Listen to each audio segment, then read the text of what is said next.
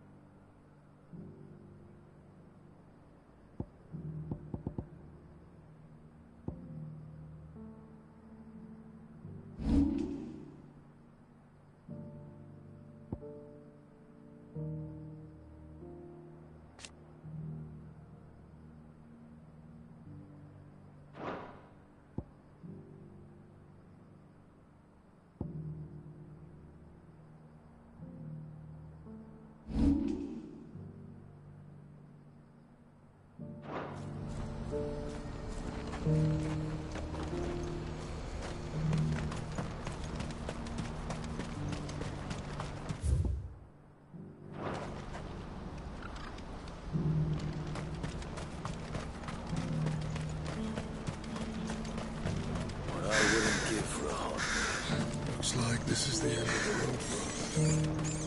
When are they gonna let us through?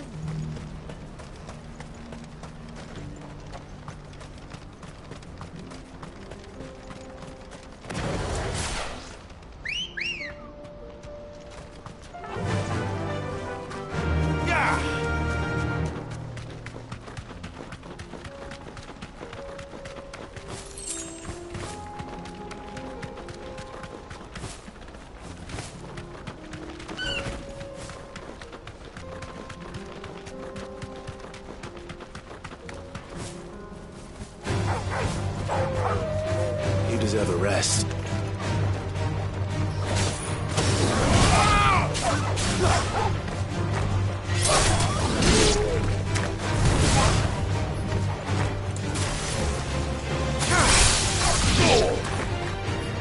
Fire and flame!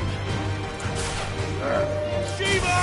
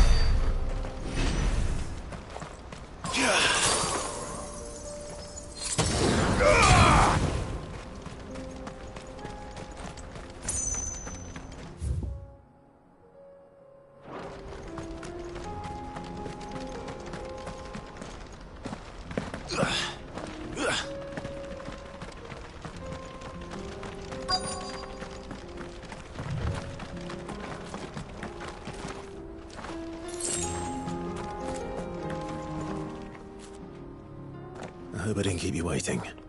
Did you arrange to speak with the consortium? Here they are now.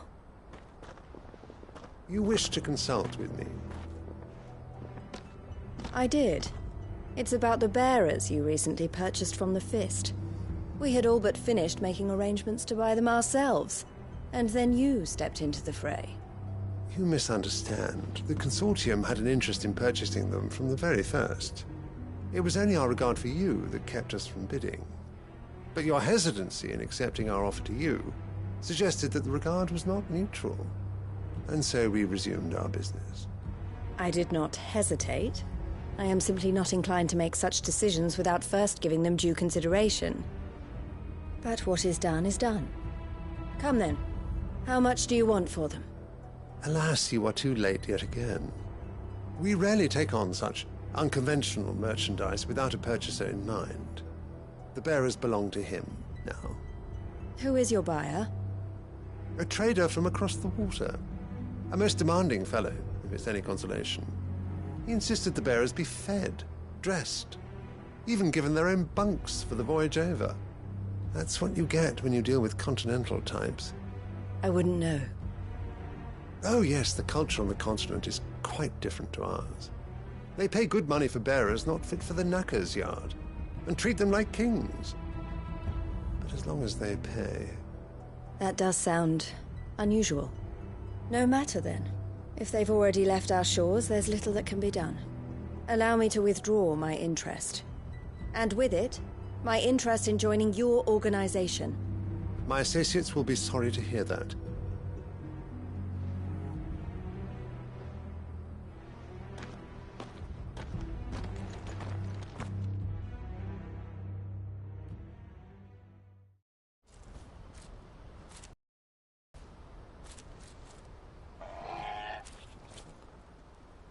I'm sorry you weren't able to save them.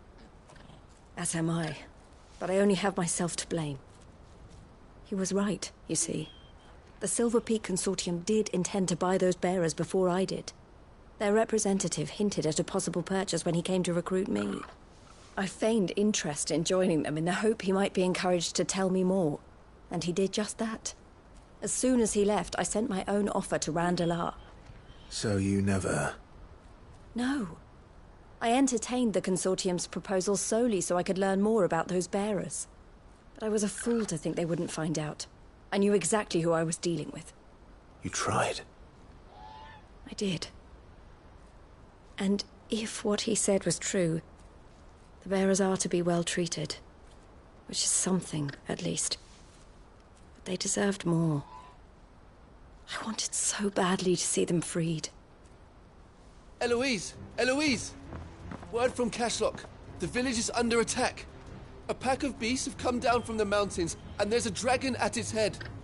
Theo and the others are trying to hold them off as best they can, but the odds are against them. They need help, and fast. Theo! I'll go on ahead. Thank you, Clive.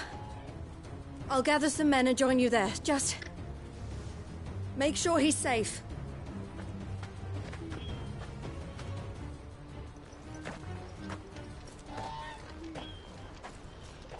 Hold on, Theo. I'm coming.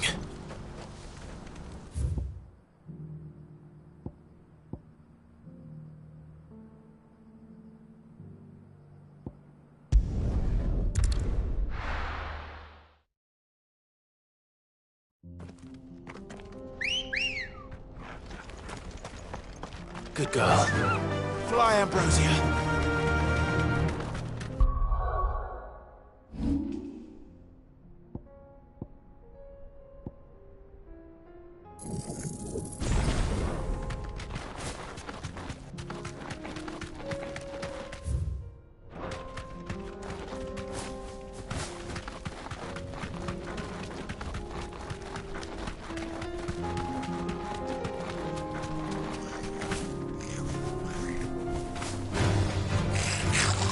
safe.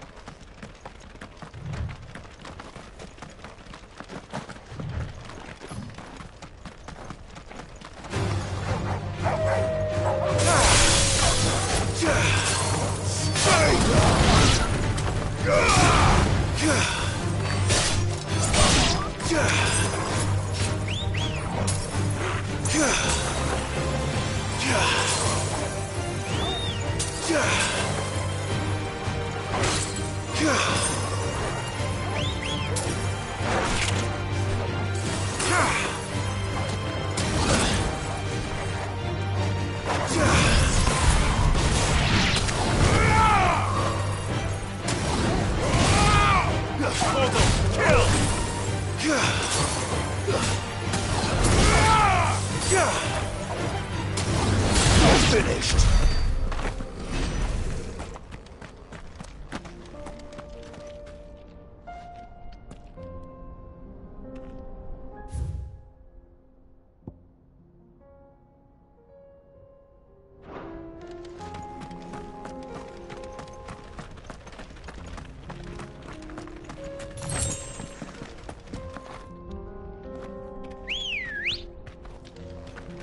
Steady, girl. Run like the wind. I needed that.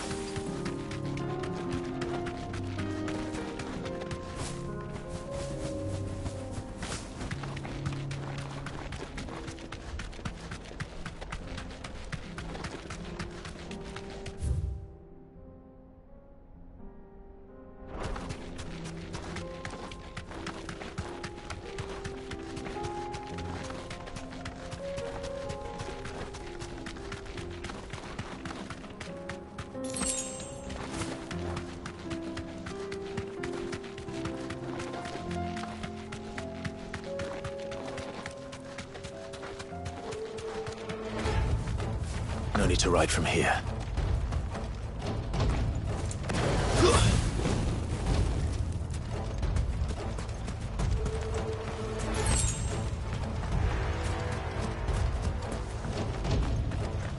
What's the situation?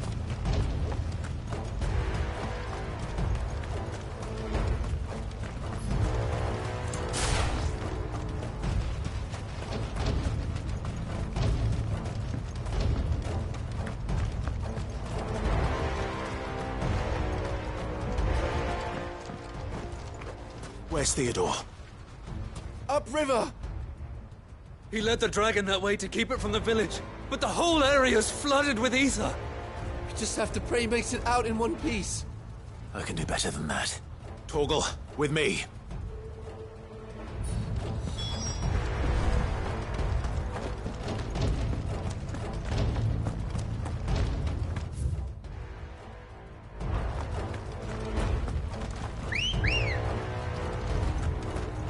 Let's go. Fly, Ambrosia.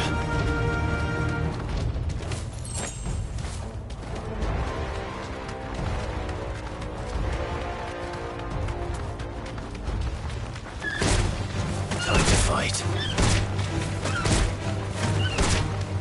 Where are you, Theo?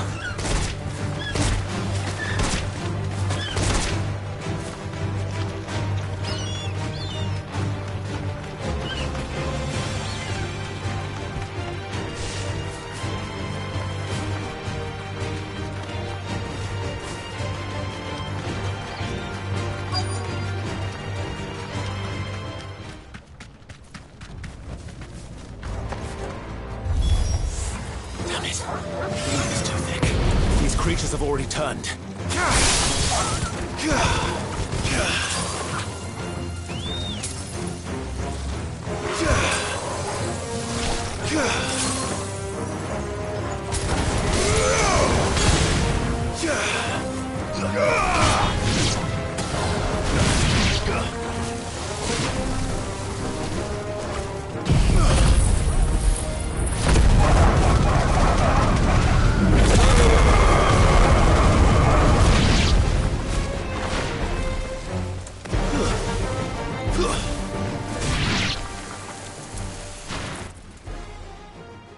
I can't waste any more time.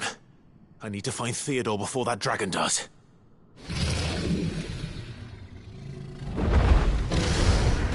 Looks like it's found me. This thing's turned as well. This isn't going to be easy.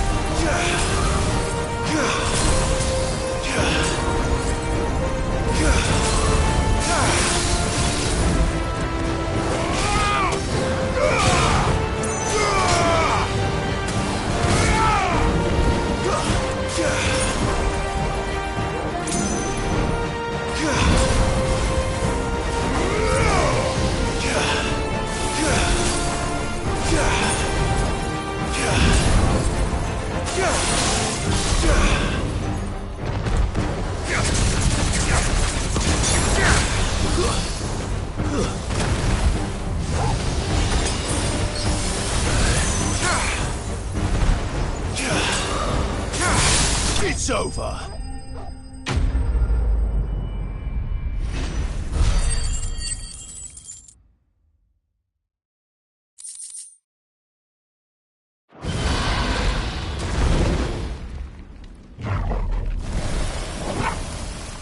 Clive? Theodore, you had me worried for...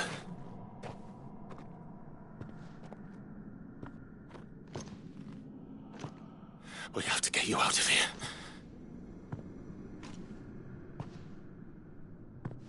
I think it might be a little too late for that. Bearer or no, there's only so much ether a man can take, and that Drake just wouldn't let me leave. You have my thanks, Sid, for finishing what I could not. For keeping Elle's dream. Theodore!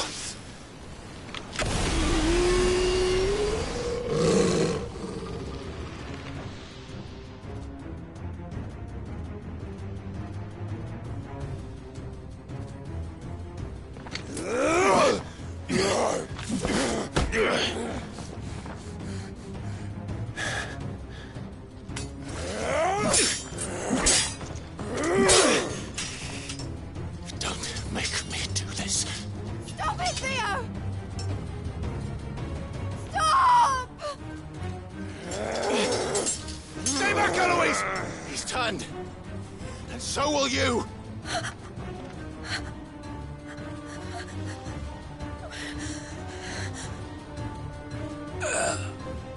Elle.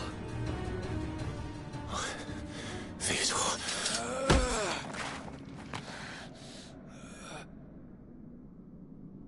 Take care.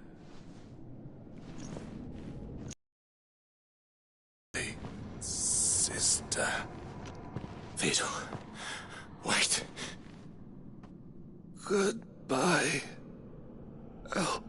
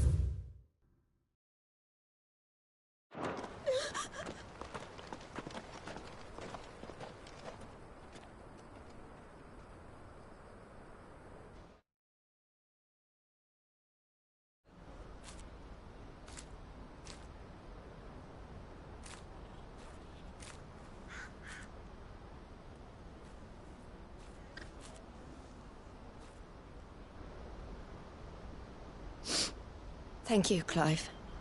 I think I'll be all right now. That was true bravery he showed. Leading the dragon away from the village like that. His first instinct was always to protect people. To put others' well-being before his own. And now he's gone. Because I sent him to that place, against his will. It wasn't against his will. He was ready to do whatever it took to show you he could stand on his own. So that you would finally be free to live your own life. To live my own life? He never could come to terms with the choice I made.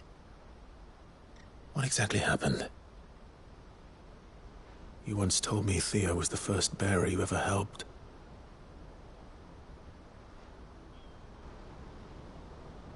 We grew up in Canva. We were born to one of the great trading houses. And I was chosen to inherit the family business. I had my father's head for figures, you see. Theo did not. While I studied the art of commerce, he played at soldiers instead. A late bloomer. In more ways than one. For unlike most bearers, it wasn't until his 15th summer that his powers awakened. My parents tried to drive him out of the house and into the care of the constables. But before they could, I took him into mine. Theo told me something else. He clearly admired your devotion to the cause of freeing others like him from slavery. But he said you deserved a better life than this. He wanted to free you from what he called your bonds, just as you freed him from his. I would be lying if I said I had not wondered from time to time how much easier my life might have been if I had allowed Theo to be taken and devoted myself to the family business instead.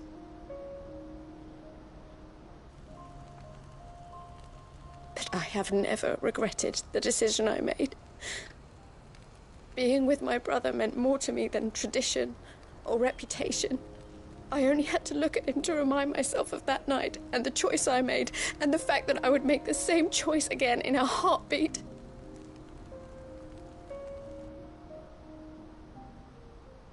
He was never a burden. How could he even think that? If anything, I was the one who weighed him down. You weren't, Eloise. He said it himself, that he had always been grateful to you for saving him, and that he wanted to repay you by letting you live the life you were denied. Neither you nor Theo weighed each other down. You loved one another. You did whatever was necessary to continue living your lives together, and you always would have. You're right. All I ever wanted, all I ever did, it was so we could be together. Oh, Theo, why did you have to...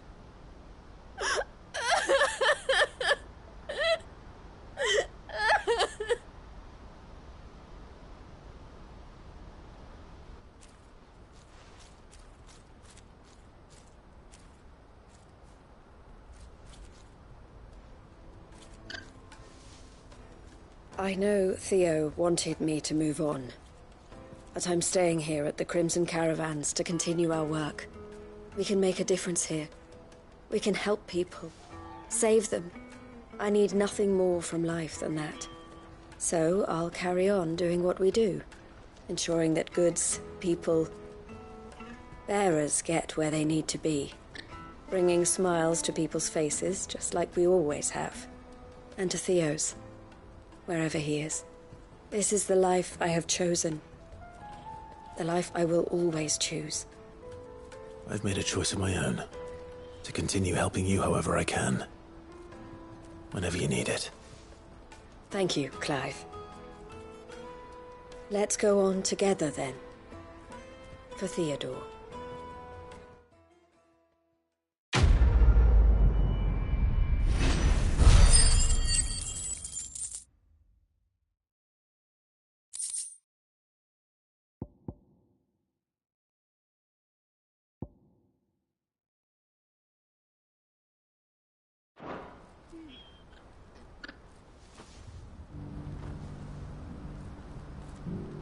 The Crimson Caravans is my family business now, and I would not exchange it for the world. I brought Theo here to be safe, and I have never looked back since.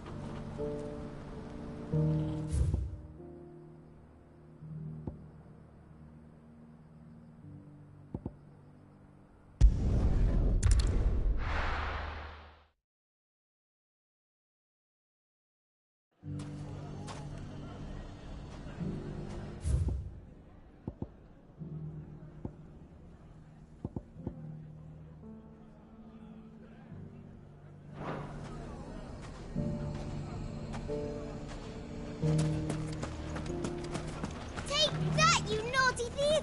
And that! Clive! To what do I owe the pleasure? I just wanted to see how the town's been faring since you brought everyone together. Since we brought everyone together, all is absolutely wonderful. Conrad and Natalie's hands remain safely away from each other's throats, and firmly at the helm. Our stores are full, and the bandits still too disorganized to raid them. Just as the good Lady Jane and Lord Underhill intended. Are you a lord? Lubor's going to be one too. They're going to make him the Lord of Dalimil, because of how he stopped all the grown-ups from fighting. It's the mayor of Dalimil, dear child, and the vote hasn't taken place just yet. But if the people wish me to lead them, I shall. And my first act will be to build a school so that menaces like you two learn not to interrupt your elders. Speaking of menaces, there may be a rather worrying one just over the horizon. May there indeed. I'm afraid the example Conrad and Natalie set in putting aside their differences and presenting a united front might have caught the bandits' attention. And they might have elected to take a similar approach. They have formed what one could call a League of Outlaws, and they grow more organized by the day. But we'll fight them all off just like last time, no matter how many of them there are. Won't we, Lubor? Of course we will. If we continue to work together, we can overcome any challenge we choose to face. The longer we avoid facing this one, the more difficult it will be, until the only way to overcome it might be to run for the hills. Our best hope is to nip these efforts at organization in the bud, by finding those ne'er-do-wells who have yet to join the cause, and ensuring that they never do. Perhaps a certain Lord Underhill might be willing to lend us his aid once more?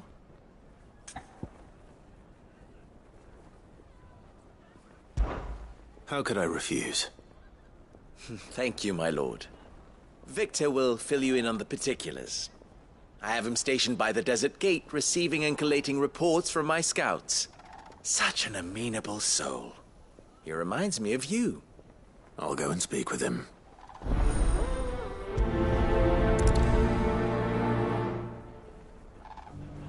What's the difference between a lord and a mayor?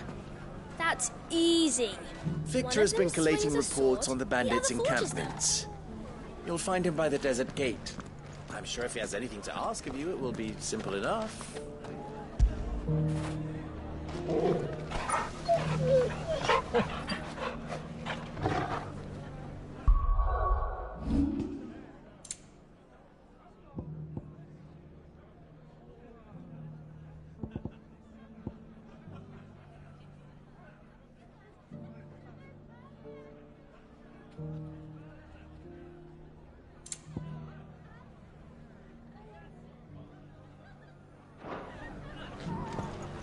A League of Outlaws. Sounds like we have some competition. We may have bloodied the bandits' noses, Sid, but it seems we have not yet broken their spirit. Victor is helping us to keep track of their movements. And we're very glad of his help. That man knows the desert and its dwellers like the back of his hand. Are you sure about this? Still in Dalimil, Victor? Ah, Sid. I thought you'd have returned to Cosnis by now. I did. Then I came back. I've developed something of a fondness for the place. And having worked so hard to see it saved from one fate, it would seem remiss to abandon it to another. A sentiment Master Lubor certainly isn't shy about exploiting. Hence my doing his bidding yet again. You're not the only one. What does he want you to do? He asked for my aid in putting down the bandits. And he said that you might be able to help me find them. Then you've come at just the right time. I was on my way to speak with Conrad about how to organize our forces. There are more camps in the vicinity than we can safely strike at once. But we must strike together, and we must strike soon at as many camps as we can. We can't give this league of theirs time to rally its forces. All right. Which camp shall I take?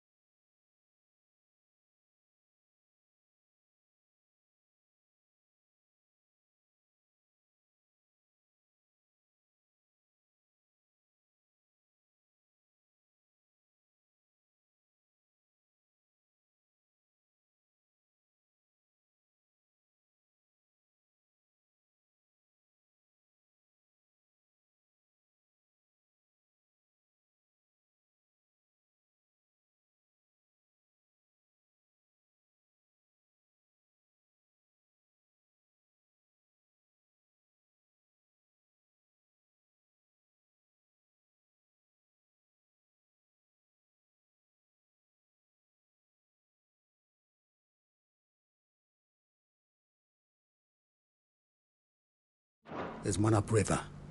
Just out there, across the dunes. Leave it with me.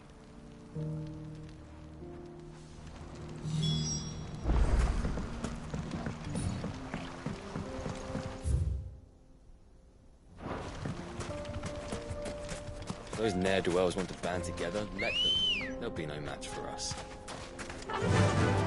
Faster!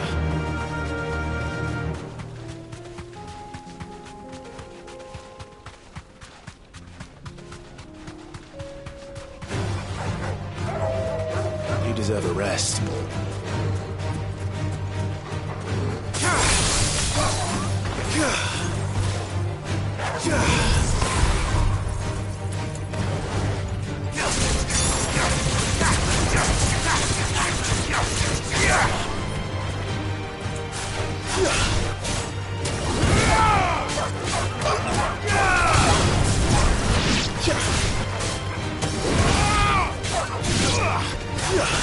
It's over! You're finished! That's better.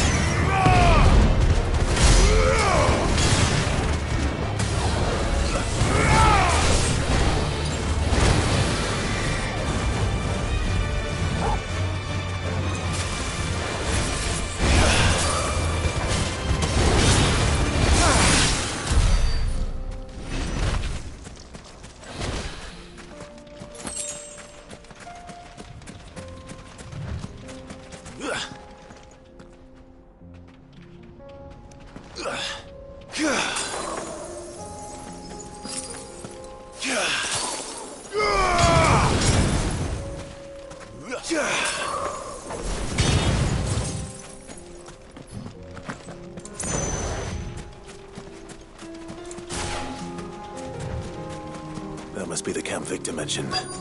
Come on then, Toggle. That's him! The one who killed Locke and Fingers! Take his head off!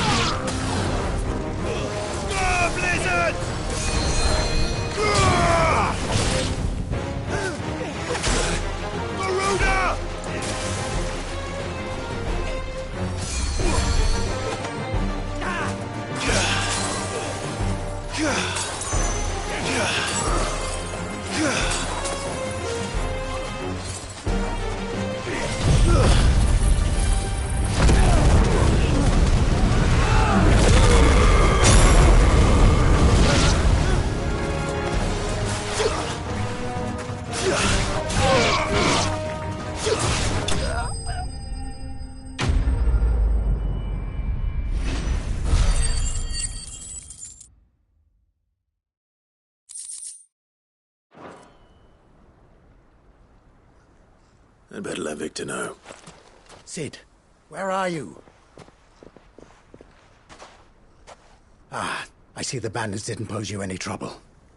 No, but that's not why you're here, is it? No. Something's happened. We need you back in Dalimil. What is it? The whole town's in uproar. They're saying that Lubor is a bearer. What? Seems that one of our parties wasn't as thorough as they should have been. They let one of the bandits escape, and his escape route took him right through Dalimil. Some of the children spotted him, and he was about to silence them. And when Lubor felled him with a bolt of magic, and without a crystal. But that's not possible. It is, if he's a bearer and has been hiding it all these years, which is what people are saying. If he has, well, I wouldn't blame him. No man is branded by choice. Still, all those people see is a man who's lied to them all his life. One who has made a leader of himself when the world believed he should have been a slave. Fuck. I don't know where we go from here, but I know one thing. Lubor needs all the friends he can get right now. You're right.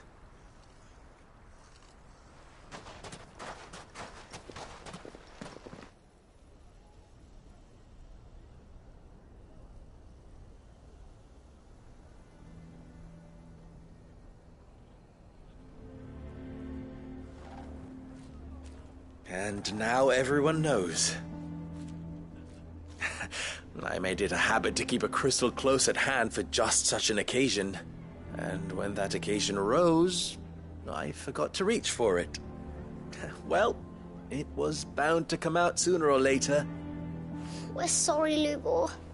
We tried to keep running, but we just couldn't anymore. There's nothing to be sorry for. I rather enjoyed playing the hero for once. All that matters to me is that you two are safe. Look at him talking to his betters like it's nothing. All lies, I'll wager. Just like the ones he fed us all these years. Once people make up their minds, it's hard to change them. We need to do something, and quickly. Convince the people not to let their prejudices blind them. Convince them that nothing has changed. That their enemy lies outside these walls, not within them. You're right. We should speak to everyone. I'm glad you agree. I'll handle the townsfolk. I'm a Dalmek born and bred. They listen to me. You head to the tavern. Make Conrad and Natalie remember who Lubor really is. They know that Lubor and I are friends. I might not make for the most impartial of interlocutors. Lord Underhill of Randalar's League of Merchants, however, is a trusted and impartial mediator of note. I'll do what I can.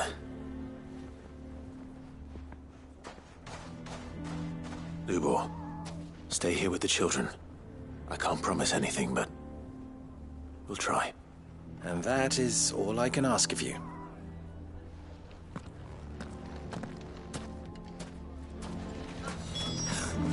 Why are you taking the bearers? Why do they always have to make such a fuss? You all along. Forgive me for disturbing you, but could I have a moment of your time? I've seen your face before. As have I. Lord Underhill, wasn't it? Of the League of Merchants.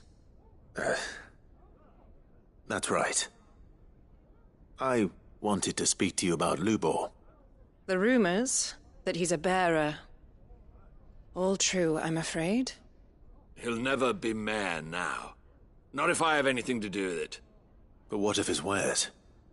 Bearer or no, his steel is highly valued throughout the Republic. In this, at least, he's done the town a service. Might that not earn him a little leniency? Leniency?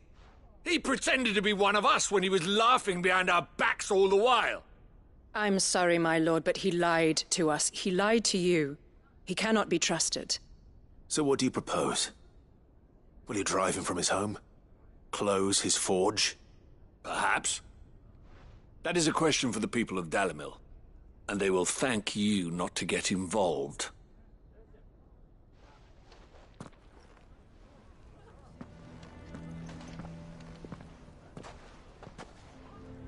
The townsfolk have made their minds up. There was nothing I could do. Nor I. Conrad and Natalie refused to consider anything but their own wounded pride. You never know. Once their anger is cooled, they might see things differently. For now, we should report back to Lubor. All right.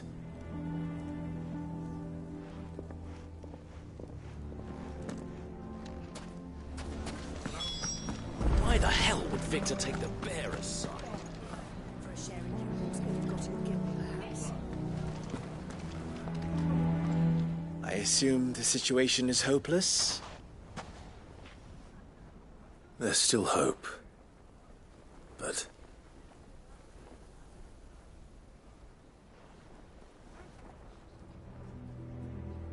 But perhaps not in this lifetime, I think it's fair to say. You mustn't think like that, Lubor. Give them time. They'll come around. We'll talk some sense into them in the end, you'll see. No, you won't. And your efforts would be better spent elsewhere. But Lubor... Rosina would often tell me that steel does not lie, that a blade is a reflection of the smith who forged it. To yourself be true, that was her point. Rather an ironic one when you consider that her life was taken with a blade of her own making. But I do not doubt that she was always true to herself and what she believed in, right to the end. And so must I be. I must do what I know to be right, no matter what others might think of me. And I must embrace my new role of villain so that the people of Dalimil have something to unite against. For only united can they hope to stand against the threat that awaits them. I'll need to make a suitably dramatic exit, of course. Don't go, Lubor. You're the only one who was ever kind to us. We'll be all alone. Again. Trust me, little ones. It is for the best that I go. Not only for the town, but for you, too. How could it possibly be for the best? These children need you. The least you can do is give the townspeople a chance to change their minds. They would not take it, Victor. It's over. Over, you say? And so just like that, you're going to throw this town and these children to the wolves? I thought you were better than this. But it seems you had me fooled as well. Victor. Forget it. Do what you will. You sure you're making the right choice, Lubor? Of those available to me, I believe it's the best one. Yes. Ah, but where are my manners? Here. Your reward for clearing out that bandit camp. Right then. I have packing to do. If there's anything I can do. Anything. I'll bear it in mind. Thank you.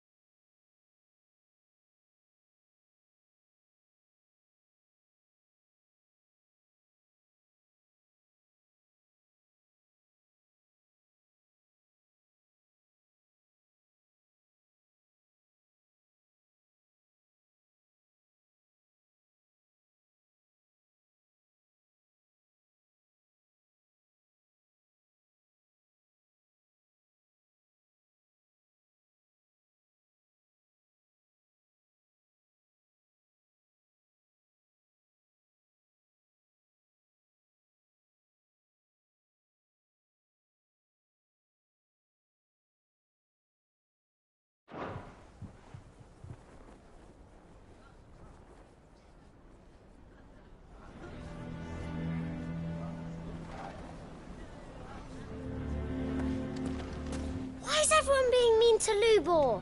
He didn't do anything wrong.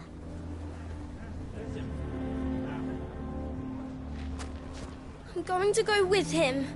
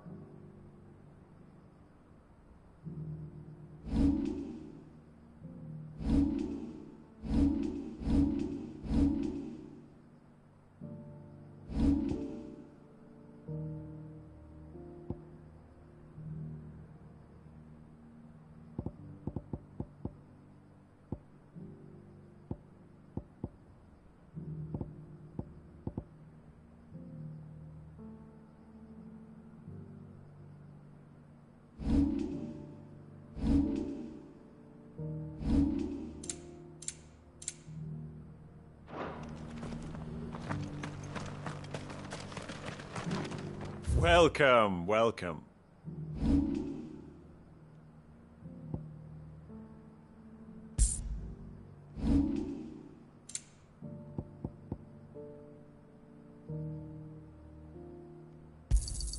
A fine choice. Of course. Anything else? A fine choice.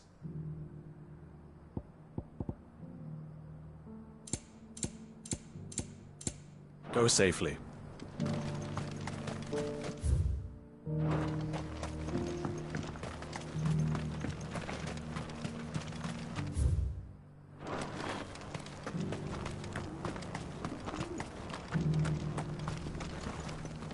The bearer of the burning quill is within, my lord. Prithee enter.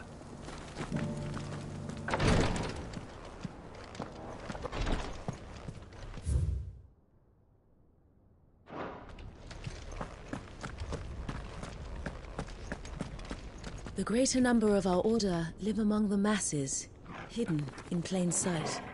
Even here in Tabor, our brothers and sisters pose as common folk. If any should reveal themselves to you, I beg you keep their true identity secret. Lord Rosfield, is there aught the Undying might assist you with this day? Perhaps. My brother said that your order was helping him with his quest to uncover Ultima's origins. Have you learned anything of note since last we spoke? Little and less, I regret to report. I see. Be assured, however, that we will not rest until the truth is known. Even now, our archaeologians scour ruins in every corner of the realm for traces of Ultima's touch. Fallen ruins, I take it. Dating back as far as Phoenix Gate. Indeed. Ultima's thralls are oft sighted among the remnants of the fallen civilization, as if protecting the secrets concealed within. Secrets we'd see unearthed. Should our methods be of interest, my lord, mayhap it would please you to observe some of our number at work. Would that be possible? Of course. A survey is being conducted not far from here. Perchance you are familiar with Kretov, a small hamlet built around a fallen airship. I was due to visit my colleagues there to collect their preliminary findings, but if you would consent to do so in my stead, I'm sure that they would be honored to relate any discoveries they have made to you directly. All right. I'll go and meet with them. They will be most gratified, I am sure. Might I suggest you take the road through Titan's wake? It will...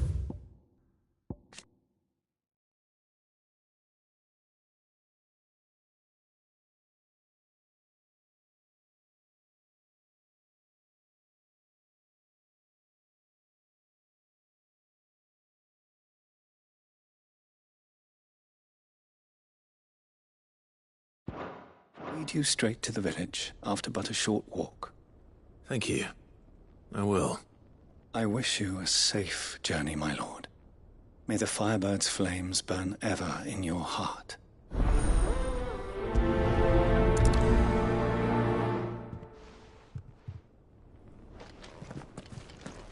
My colleagues await you in Kretov, my lord. But say the word, and they will be only too glad to share their findings.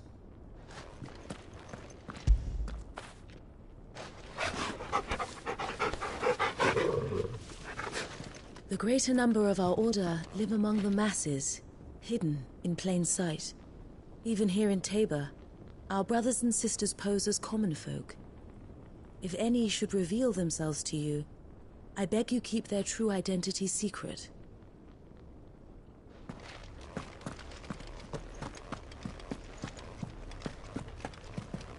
A village built around an airship.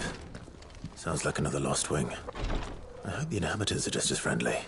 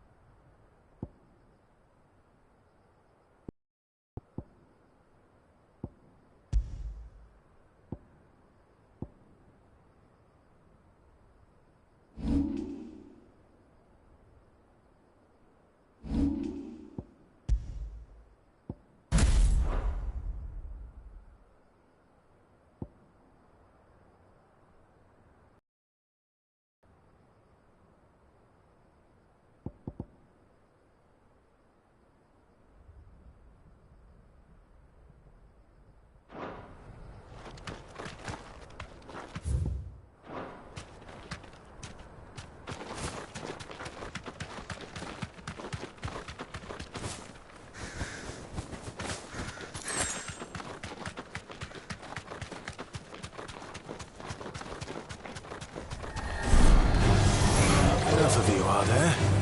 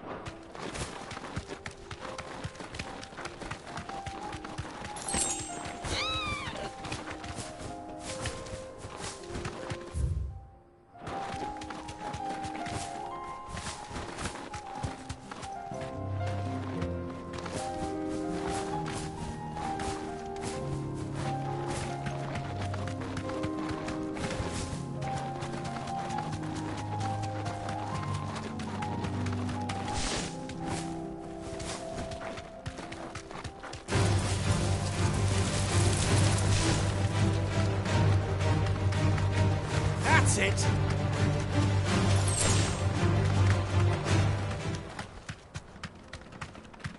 Thanks, Gal. Garuda!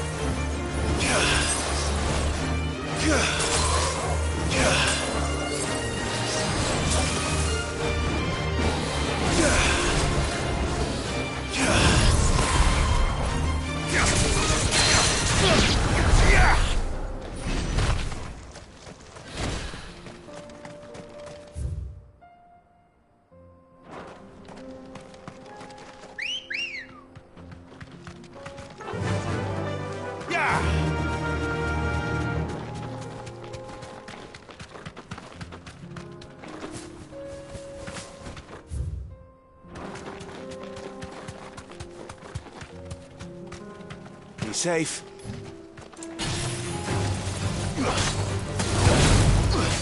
All yours, Torvald.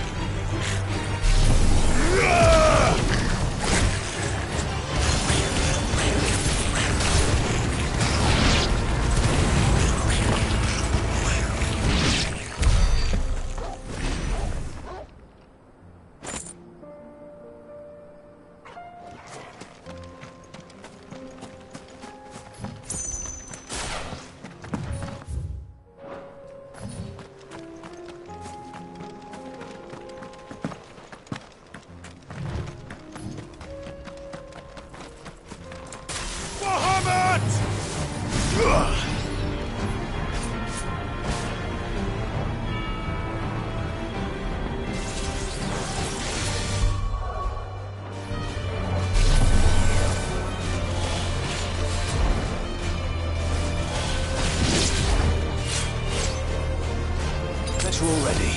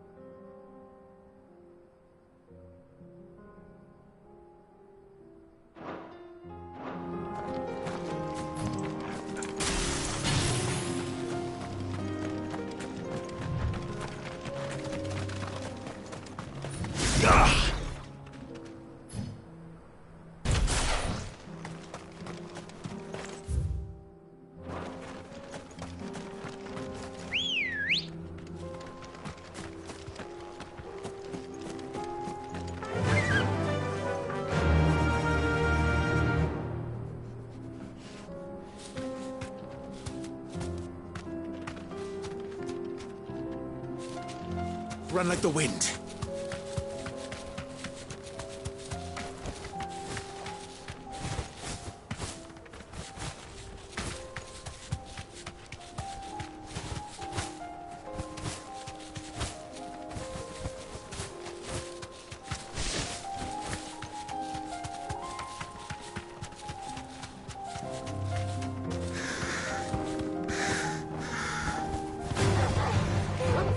Straight home now.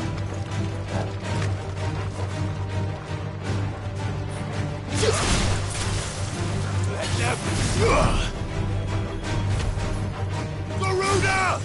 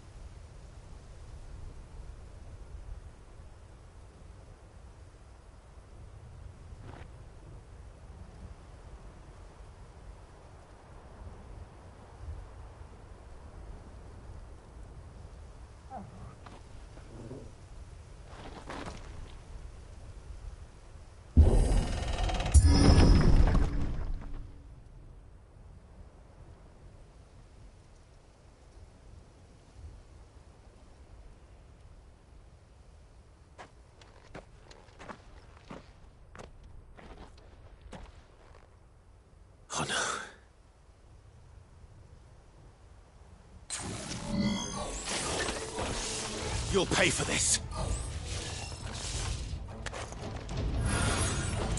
May still be survivors.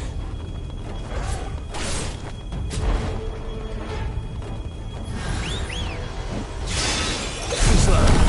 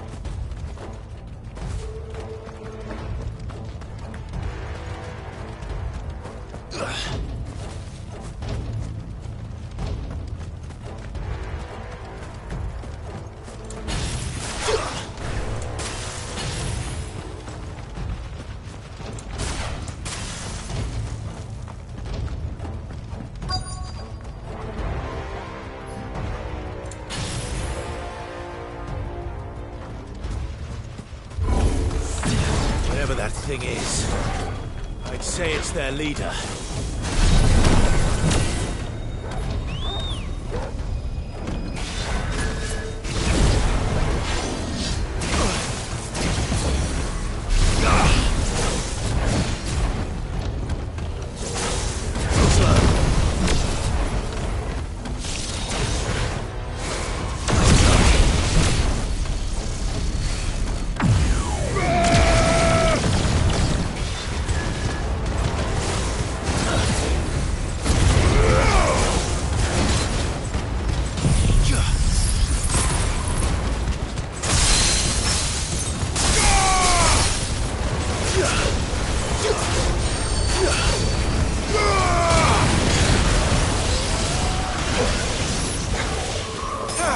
That's better.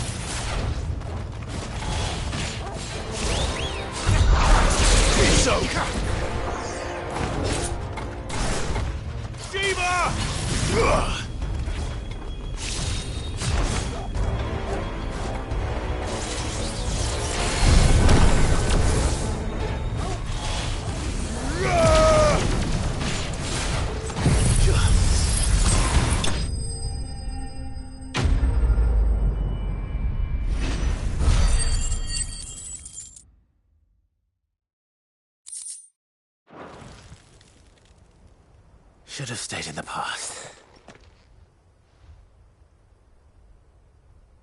These must be Cyril's colleagues. You have our thanks, stranger. Who are you? Ah, forgive me, my lord. I did not recognize you. You are Lord Rosfield, are you not? We are archaeologians, tasked with surveying this site. When the echoes appeared, our brothers here occupied their attentions. Thanks to them, and to you, we were, for a mercy, able to see our duty to its conclusion. You call that a mercy? Your brothers might still be alive if you put their safety before your duty. Surely this survey wasn't worth dying for. We are charged with uncovering Ultima's origins. A duty of the highest import, as I'm sure you will agree. And you think your dead brothers would agree with you too? I know they would. They gave their lives for the cause, an honor to which all Undying aspire. Now, to what do we owe the honor of your presence, Lord Marquis? Cyril told me of your work here, and I agreed to collect your findings in his stead. I see. That is most kind. Pray, take them then, with our humble thanks. May the Firebird's flame burn ever in your heart, as it does in ours.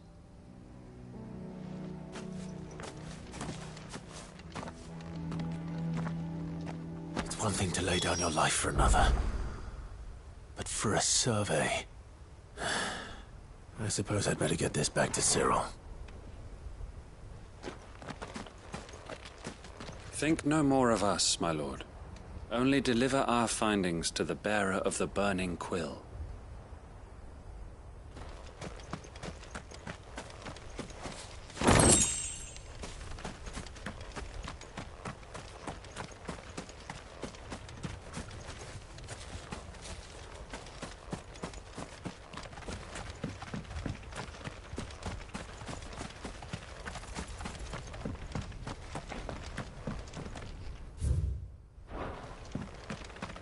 Let us continue then.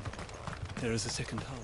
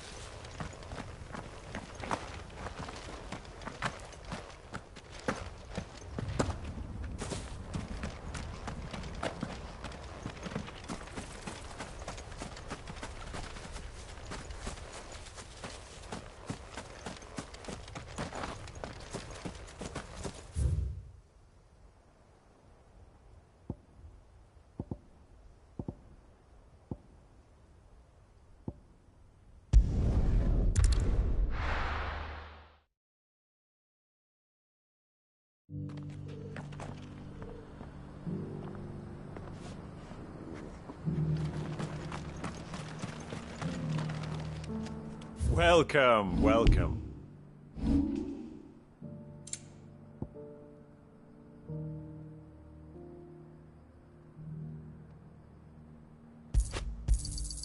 A fine choice. Anything else? Come again.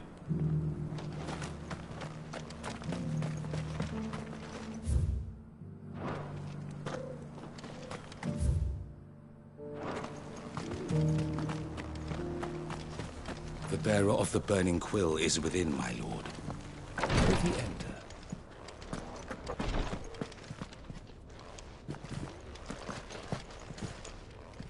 Ah, you are returned, my lord. I collected your colleagues' preliminary findings. Here, take them.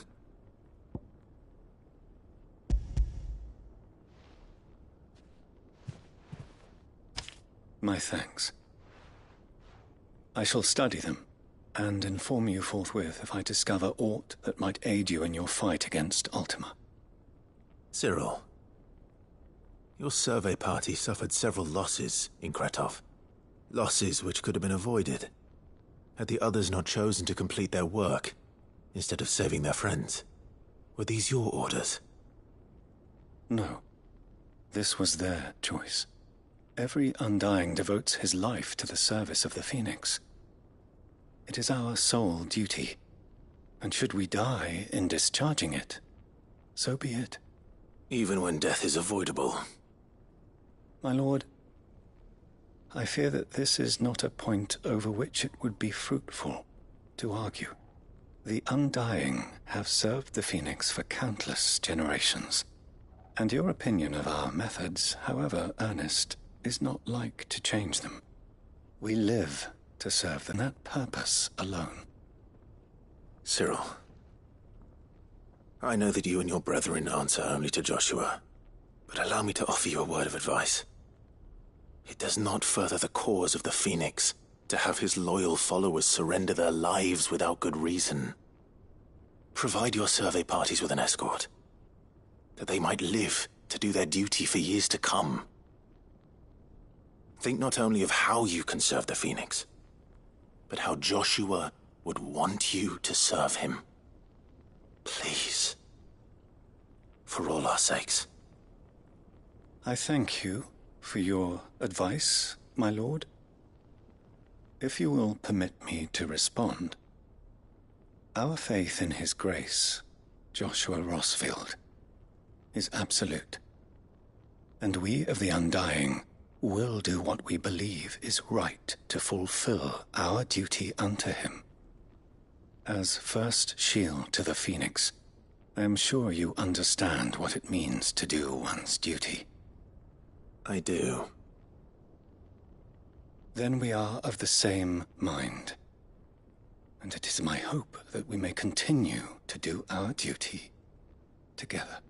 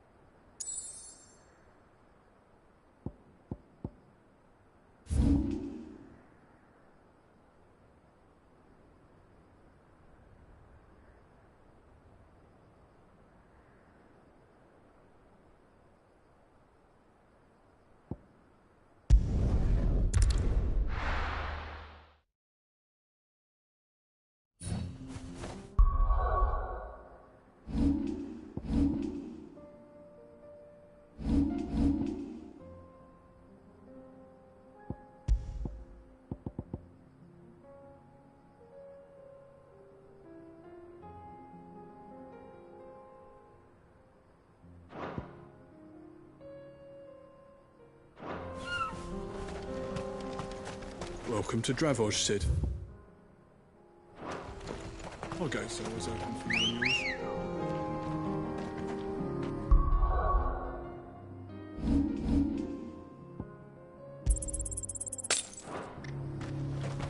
Let's go. Fly, Ambrosia.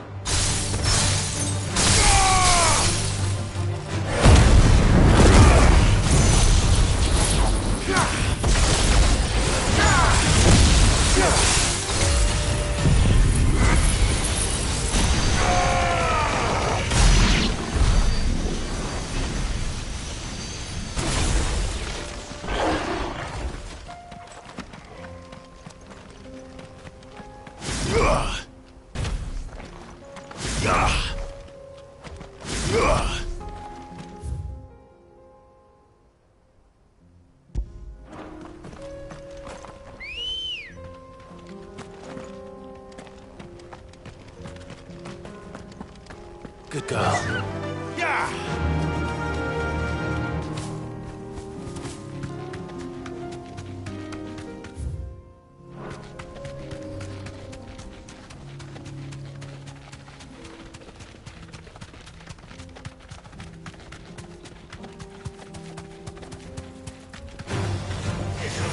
No need to ride from here. Waken winds!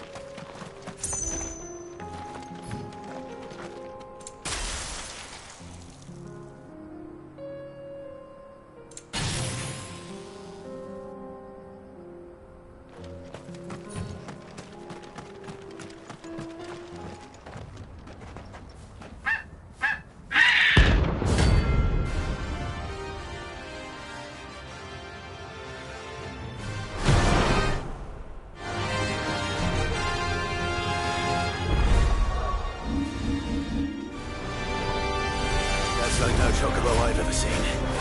Something tells me it won't be easily broken.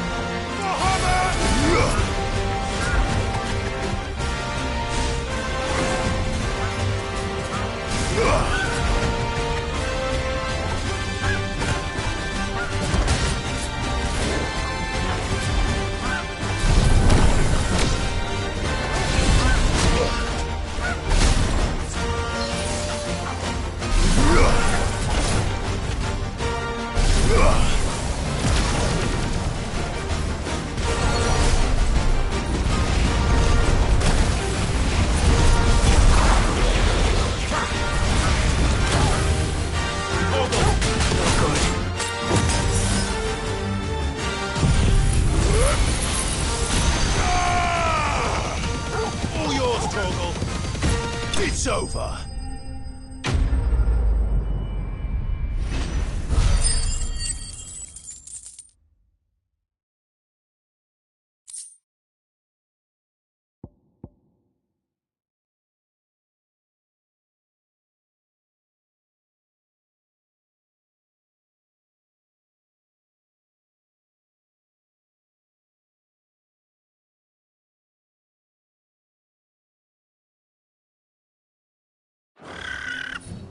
Poor beast. There was nothing I could do.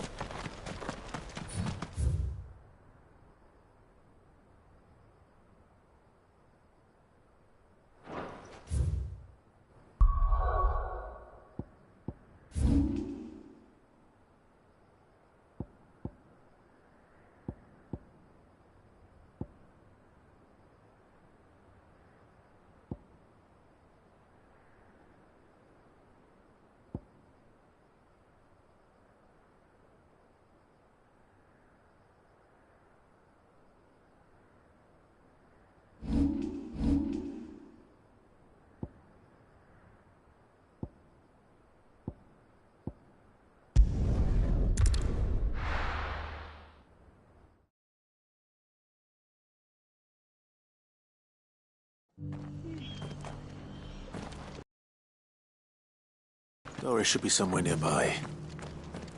Assuming she's still here. Can't say it wasn't a relief to see the better part of the Guardians finally taking their leave. Ah, Clive, I was just about to send for you. I'd like you to take something to Sir Wade up in Eastpool. Seeds for planting. Thought it was about time they started growing their own food. I'll keep providing them with whatever they need in the meantime, of course. But if Eastpool's going to survive, it's got to be able to fend for itself. As have those poor bearers. They've lived their whole lives in servitude, but now they're their own masters. Small wonder they ain't got the foggiest how to provide for themselves. So it's up to us to teach them. And if you're wondering why you, well, the Wagoneers taking supplies up that way have been coming back with more and more reports of Akashic around the village of late. Sir Wade's putting a brave face on it, but I think even he's starting to worry. And if he's likely to share those concerns with anyone, it's you. All right. Thanks. Wouldn't ask if I didn't have to. There. That should be enough to keep them in Gazal Greens for a few years at least. Gazal Greens? Not the most mouth-watering crop, I'll admit. But they're hardy, they grow fast, and they fill a hole. Better that than something that'll wither away at first frost. And chocobos love 'em too, which is no small thing. When I say all of us need to pull together to get Eastpool back on its feet, I mean all of us. They ain't exactly succulent, but cook 'em right and they're bearable. I'll take your word for it. Anyway, Sir Wade'll know what to do with them. And if he don't, well, I'll go up there and show him myself. I'm sure you will.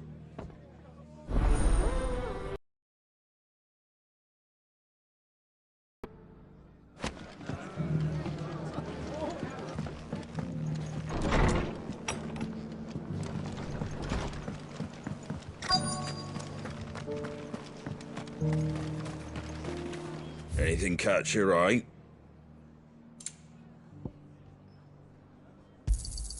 There you go. Thanks very much. There you go. Thanks very much. That all, is it? Just because the heavens have gone to rack and ruin, it don't mean we have to. Now, let's get this.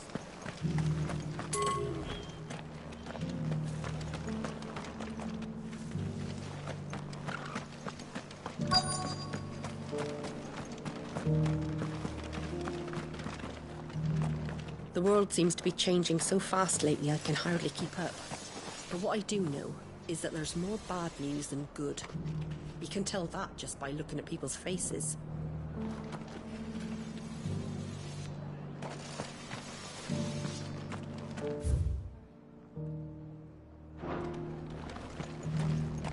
I've got greens of all Looking for shapes shelter. and sizes. Colours too. Mostly green though.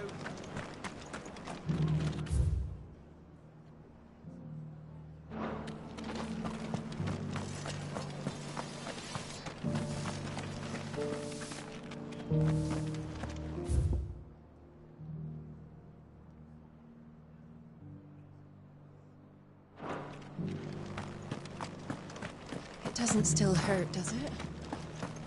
The people of the rest may seem to be in high spirits. I give them a little wine, a little company. It's been a pleasure, Doris. Just like old times. I'll give your offer some thought, my lady. How goes the investigation? Sid, what brings you to Martha's Rest? You. I heard you were out here on your own, tracking our slaver. I trust you're being careful. Of course. And it had to be me. The bearers from the Dragon's Eyrie confirmed a long-held suspicion of mine that the slaver we've been tracking is an old acquaintance. She's no fool. If we'd come in force, she would have spotted us straight away, and then vanished without a trace. That was her just now, wasn't it? So, Was it a fruitful reunion? I'd say so. She tried to recruit me. Seems her time in Rosaria is coming to an end. She's abducted bearers from across the region and is looking to smuggle them back into Sambrek. After her brush with those beastmen on the road to Northreach, she hired herself an Imperial escort, which she wants me to join. She's dangerous, Sid, but I think I can stop her. Then I'm going with you. I'll take care of the escort. You can see the bearers to safety. Where are they? The Baum archers, soon to break camp. You go on ahead. I'll follow once I've sent word back to the hideaway.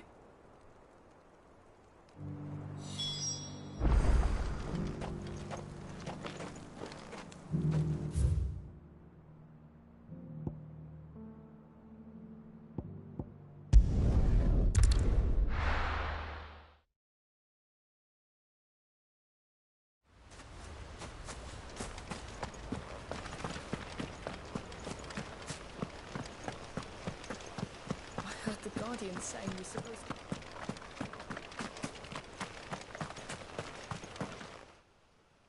Ah, Lord Rossfield. What brings you to Eastpool? A delivery from Martha.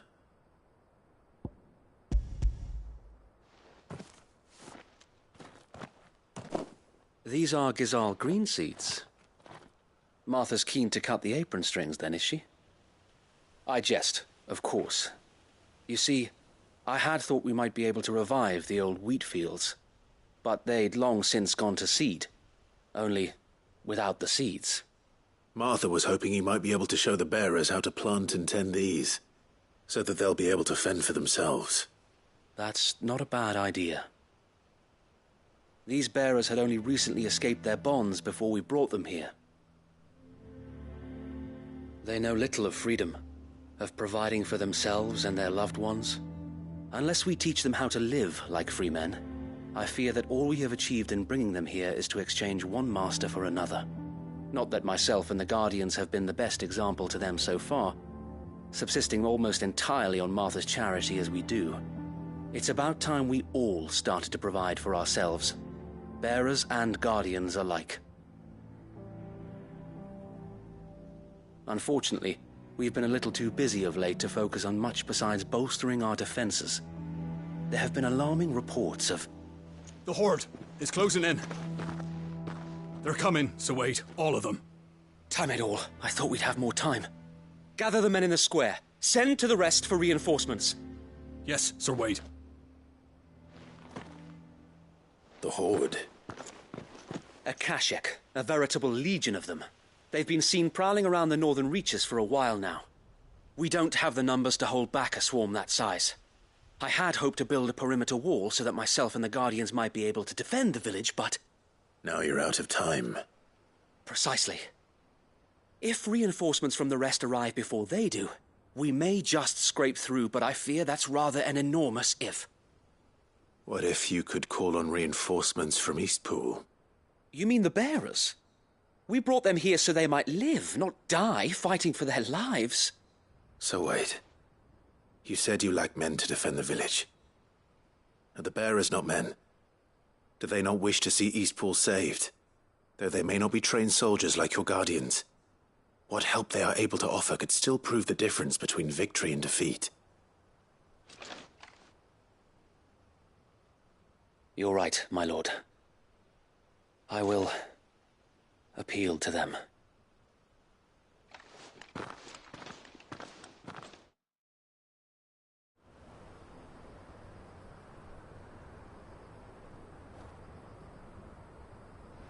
My friends, I humbly beg your aid. We Guardians are few and our enemies many. But I swear we can defeat them with you at our side. You would send us to the slaughter, to serve as bait for those fiends so that you and your men might be spared. And to think we trusted you. Say what you will, a home is not worth dying for. But it is worth fighting for. Sir Wade fights to give you lot a chance. Just like I do. Just like Sid does. We all wanted to give you a home where you could be free. And you got one, didn't you? This place, Eastpool. This is your village. Your home. And if you don't fight to protect what's yours, you'll lose it. You know I'm right.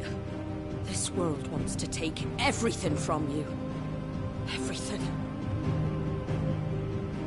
Your homes, your freedom, your very lives. So then, are you going to stand by and let that happen to you? Are you going to accept fate like good little Bran did and die, having never stood up for yourselves? Or will you fight like free men and women?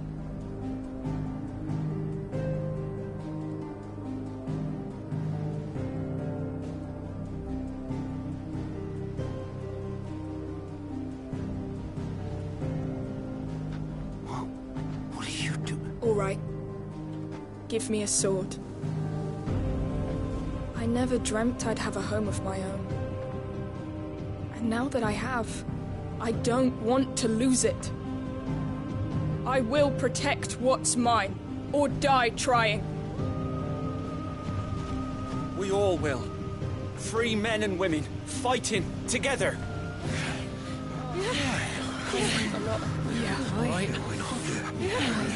For Eastpool! For Eastpool!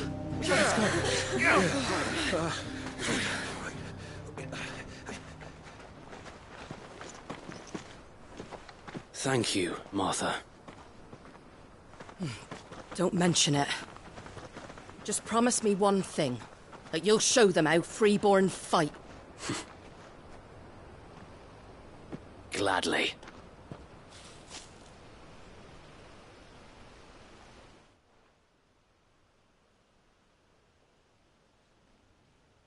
Well, if it was numbers you were lacking, you certainly won't be now. Thanks to you. Me? Oh, I just love the sound of my own voice. Lord Rossfield, my lady, we're ready. So what's the plan of action? We'll divide our forces into several small detachments, each made up of guardians, bearers, and guards from the rest. These will position themselves at strategic points around the village. Upon engaging with the Akashek, each detachment will keep the creatures occupied as best they can, steadily retreating all the while. You're going to lure them into the village? I am. We will have neither the time nor the resources to treat the wounded, so injuries must be avoided at all costs. Instead, we will focus purely on defense at first. By coordinating our withdrawal through the use of messengers drawn from among the bearers, we will aim to have the swarm converge at a point of our choosing. With luck, that point will be the village square, the perfect place for our most able warriors to surround them and fall upon them, and for you and I to finish them off. A sound plan, but one that'll require a leader with a cool head and strong nerves to coordinate the retreat. I'd say you have both in abundance, Sir Wade, but you'll be needed. Please, leave the last of the fighting to me. Ha! And let you have all the glory. Sir Wade! They're here!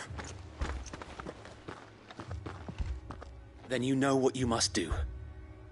We work together, everyone playing their part, each shielding the other that no man might fall, that Eastpool might live on. For Rosaria! For Rosaria! We've no time to argue, my lord. I'll do as you ask. And I will do as you ask. Suppose we'd better do our bit too then, eh? Right you are, Martha.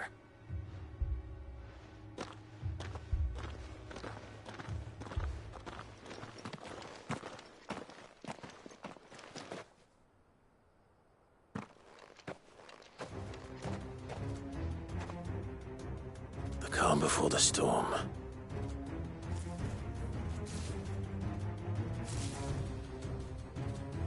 And it comes. I will not let this village fall.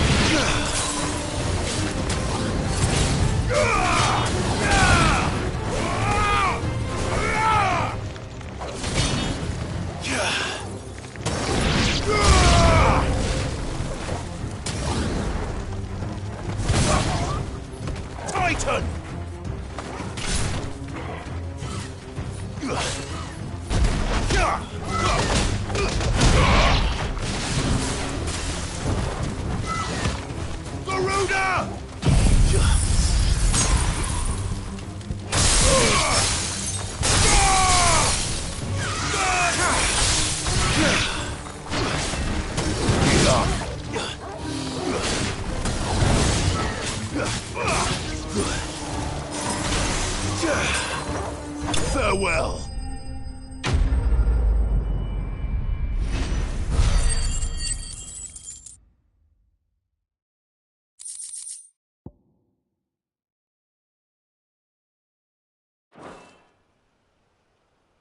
Looks like that's the last of them. Lord Rossfield! Change of plan! What is it? Owl from the rest. An Akashic curl's been sighted on Rhiannon's ride and is headed in their direction. Well, the better half of her guard is here. So wait, how many Akashic remain in East Pool? Hard to say. My men are still facing some resistance, but I think the worst is behind us. I could order a detachment or two to fall back and... No. Let them finish the job. You stay here too, Sir Wade. Your men need you. I'll go after the curl. Join me only when East Pool is won. If you're sure, my lord. May the Founder protect you.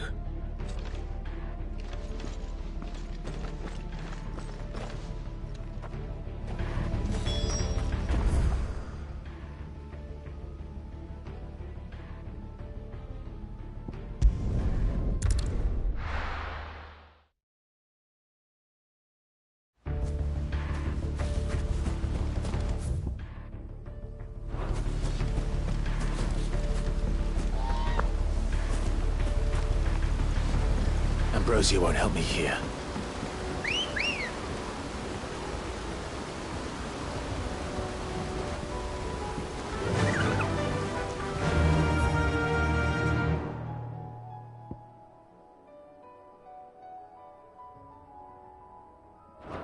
Run like the wind.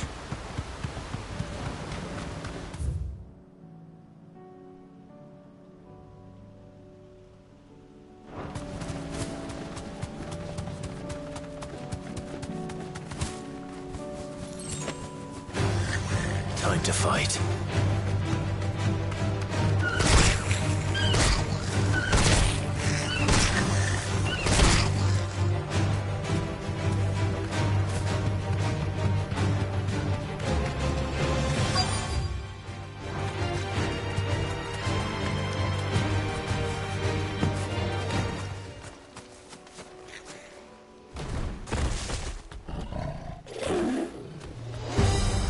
it is.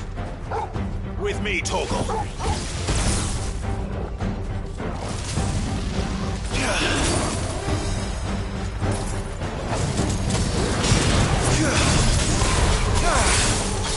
Soil and stone!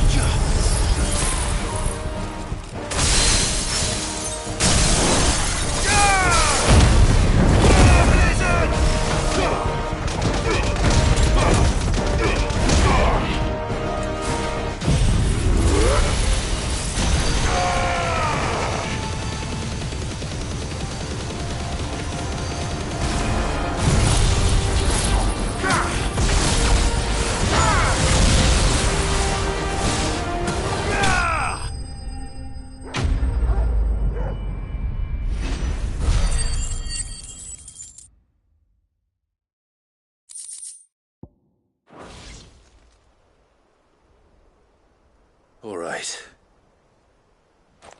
Back to Eastpool.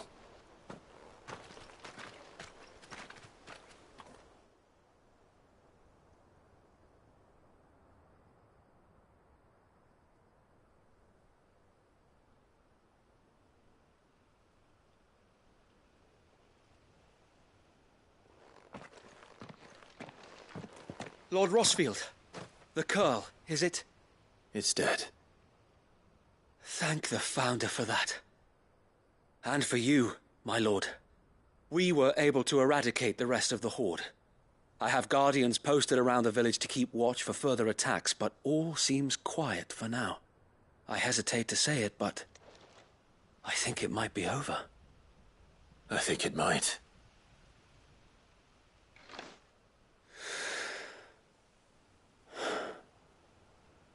We did it. We saved Eastpool.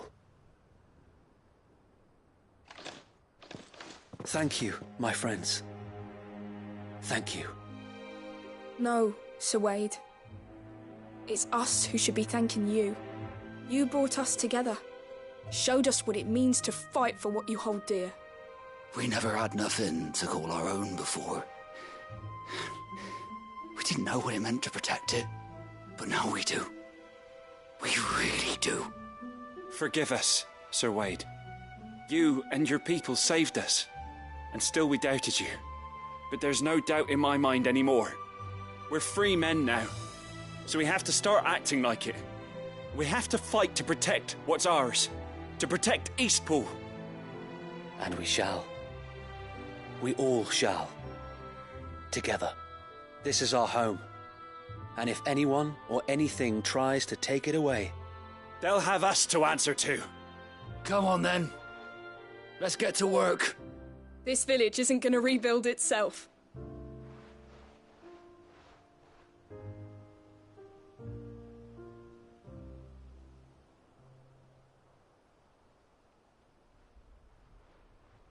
They're not slaves anymore.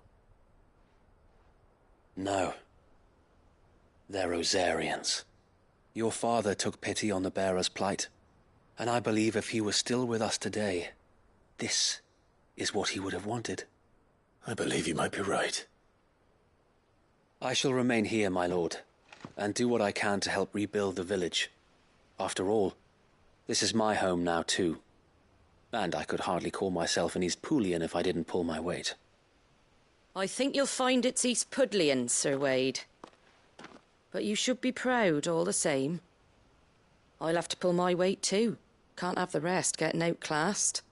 Speaking of which, I ought to be getting back. Can we continue to count on your support, Martha? Of course, and I'd be counting on yours too. Us Rosarians have got to stick together, haven't we? Indeed we have. And Clive, come by the Golden Stables when you get the chance. I ain't paid you for delivering them seeds yet. All right. I will.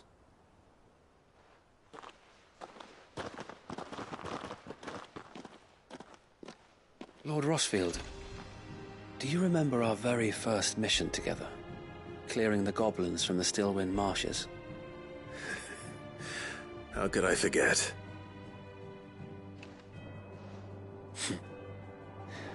There's one sight that I shall never forget. You, facing off against that giant Morble. Not a trace of fear on your face. Since that day, there have been more than a few times when I felt like giving up. When the odds seemed so stacked in the enemy's favor, I thought I may as well just lay down my sword and surrender. But every time, I would think back to the look in your eyes that day and remember what it means to be a shield. Know that whatever trials Eastpool may face, I shall never lose courage. Thanks to you. So Wade, you have always been a true shield. I know that Eastpool, and indeed all of Rosaria, will be safe in your hands. Thank you, my lord. I know the rest of the world will be safe in yours. I'll do my best.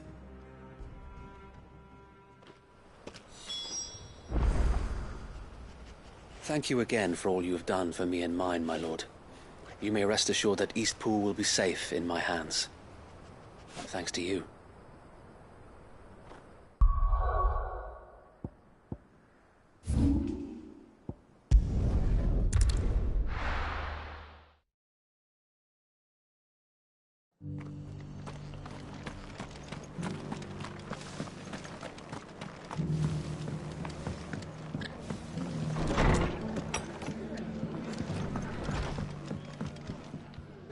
The hero returns.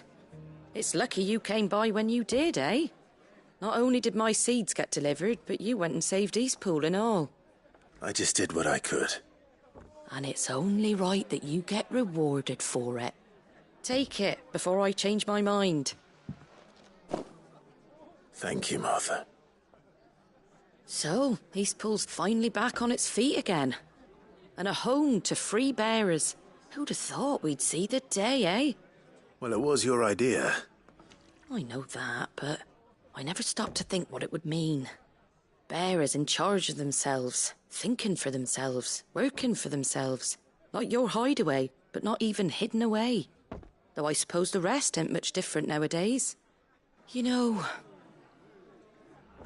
bearers living free like that reminds me of when I first met Sid. Loath as I am to recall that particular day. I take it you didn't always see eye to eye. What happened? Well, if you really want to know, I started doing what I do long before I met Sid. In fact, that's how I met him. Or at least how he came to meet me. He showed up at the stables one day, asking questions about who'd been buying up bearers.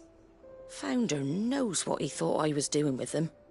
Running a hunt, poking around in their innards. Something awful, anyway. Me, I thought he was a new constable. Thought the game was up. But somehow we both managed to work out what each other was about. And before I knew it, the cheeky arse was rattling on at me about how I was doing it all wrong. After all my hard work. Told me I was giving them relief, but not freedom. That my bearers were still dying as slaves. Got right under my skin, it did. Told him if he didn't like it, he could bugger off and report me to the garrison. And do you know what he did? He smiled. And then he laughed. And then I did the same. We made a pact that day. That whenever one of us was in need, the other would always be there for him. And you were? Well, we both wanted the same thing. To make life better for bearers. Just like your dad. Do you know I was born right around the time Elwyn became Archduke? Growing up, I saw how he tried to change things. He certainly didn't lack for ambition, that one. Indeed. But the loftier one's ambitions, the harder they are to achieve. Which is why those of us who follow in their footsteps need to finish what Sid and my father started. Suppose you're right, aye. And if we don't manage it, there's always them who come after us. Good thing we've got a few half-decent sorts waiting in the wings, eh? It's almost enough to give you a little bit of hope. Just a little. Anyway, enough nattering. Better get back to work. let's see about making everyone some dinner, shall we? The least the folks who saved Eastpool deserve is a hot meal. And you and me ain't gonna save the world on an empty stomach neither. That sounds like a wonderful idea.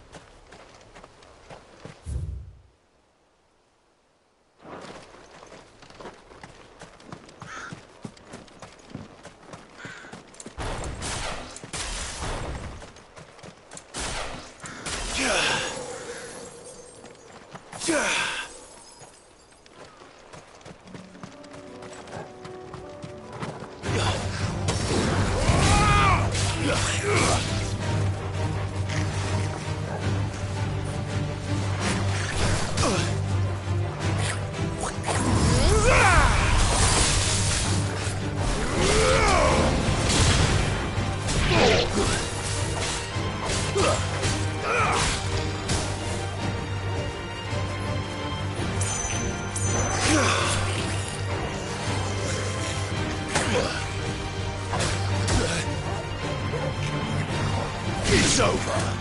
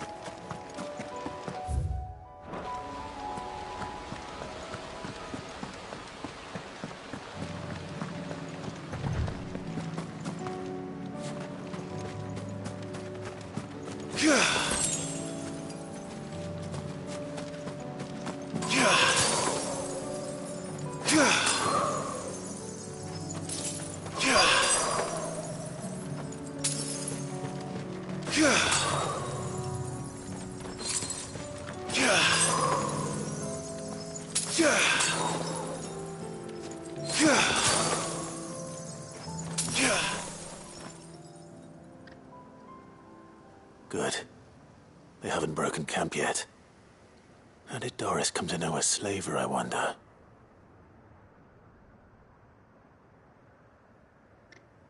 We've waited long enough. She's not coming. Ready the bearers. We're leaving. Back to civilization, is it, Mom? With all haste, lest any of you lackwits start talking like these feckless bumpkins. I presume your men are ready. We've suffered too many delays as it is. Any more and I'll be docking your pay. Yes, Mom. Oh, but before you go, it appears we have company. Kill him. You're welcome to try.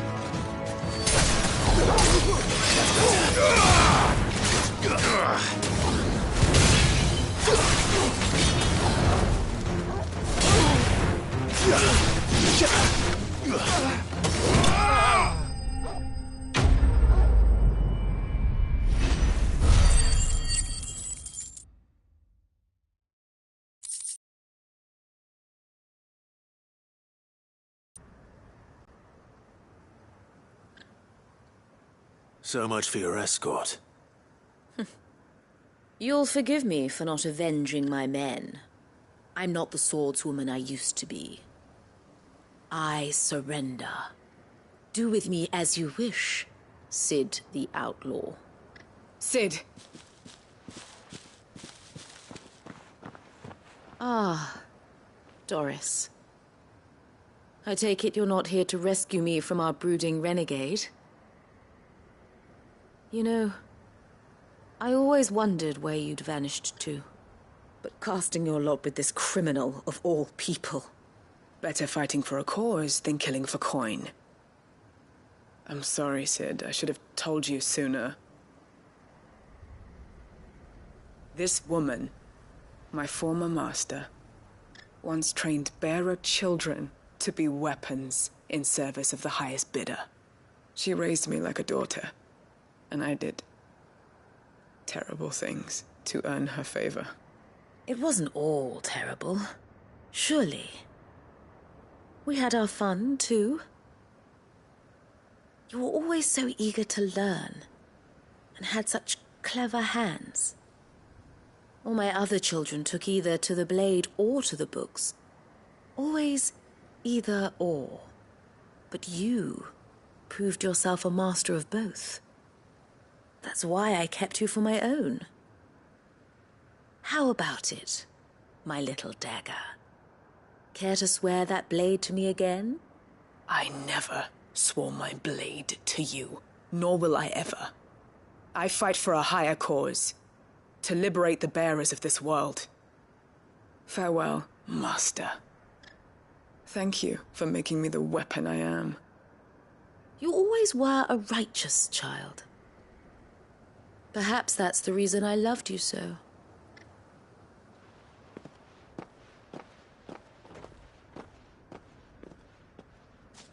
What do you want to do with her? I am not the killer she wanted me to be. Not anymore. And she no longer has friends in high places. The Dame does, though. Her connections at the Imperial Court will see that justice is done. All right. If you're certain. I am. And thank you for everything. Now, I better let these bearers know that they're safe.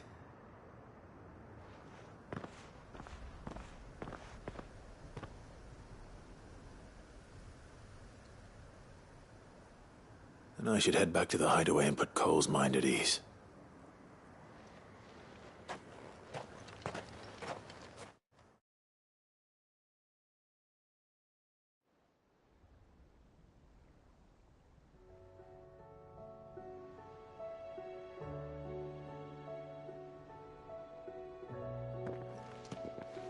Welcome back, Cid. Doris's message just arrived. I hear you saved more bearers from being smuggled across the border. With any luck, they'll be joining us in the hideaway shortly. Oh, and your letter. You don't need to worry about Doris anymore. I'd been hoping as much. She mentioned one or two things in her report. So the slaver we'd been chasing all these months was her former master. Wish I'd known. She's been arrested, by the way, over in Sambrek.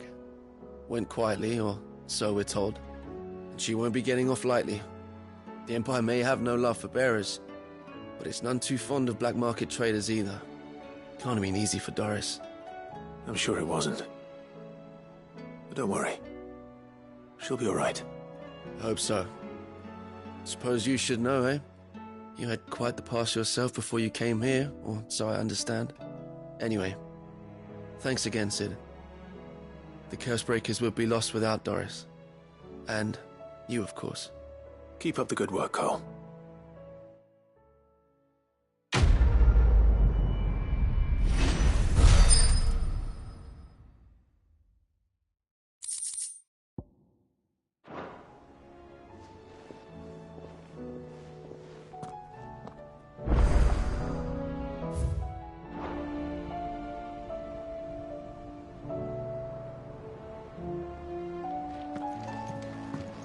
Come back.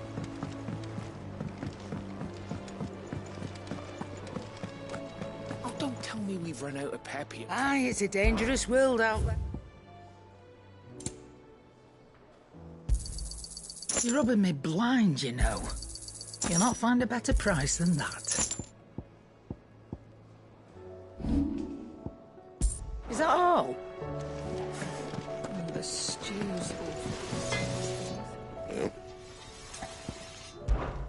So, what'll it be?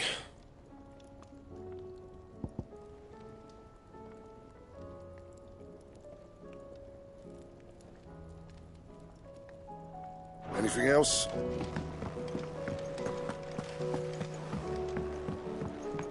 I will not forget this kindness, my lord. I shall go to Eastbourne, but as soon as the rebuilding...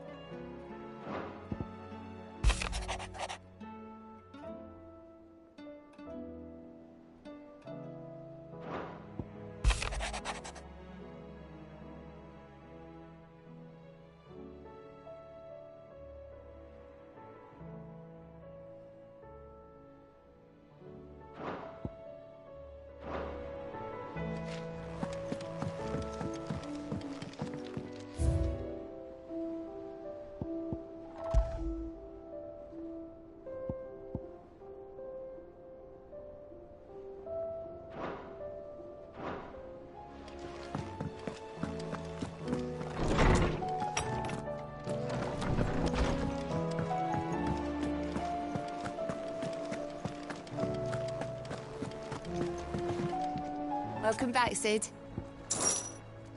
That's what we like to hear. Knock 'em back, everyone. Sid's buying.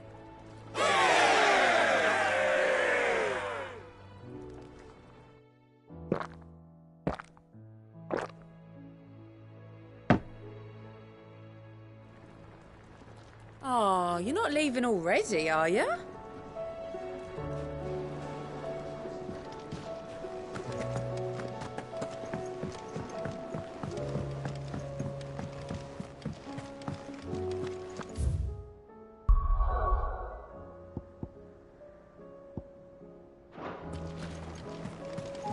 Covered in nicks and lumps, the lot of them.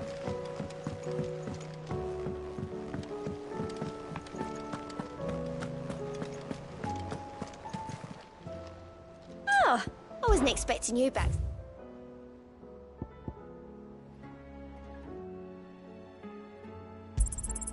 Here you are.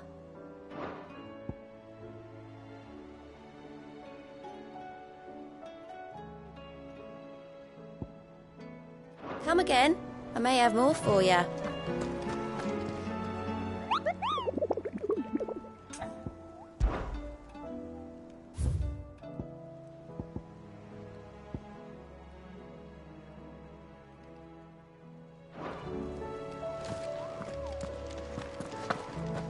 You need anything, you just ask. We might not have your uncle's resources, but resourcefulness, we've got in spades. I still say we're a compliment. Say it all you like. It doesn't make it true. Ah, Clive. I was wondering when you'd arrive. Please tell me you've come to take our young prodigy here off my hands. I'm not here for Mid. I need information on Ash. Then why not ask Molly if you can look in one of her ovens? Go on. As soon as the Enterprise is ready, we'll be setting out for Drake's Spine. And we're going to need a safe place to land. Preferably one that won't see my ship blown to shit and splinters. If it were that easy, do you think Waloed would have resisted invasion for so long? Very little is known of Ash, and the information we do have is spotty and outdated. We have the good King Barnabas to thank for that. Waloed's borders have been closed to outsiders since the day he seized the throne. If there is anywhere safe to land, you won't find it on my map. Then tell us what we will find. I'm sure you know better than we do. But no splinters. All right. All right, if it will get you out of my hair. But interrupt me, and it's over. Understood?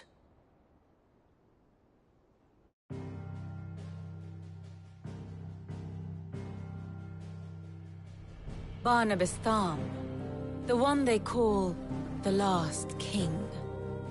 Understand him, and you will understand the kingdom of Waloed.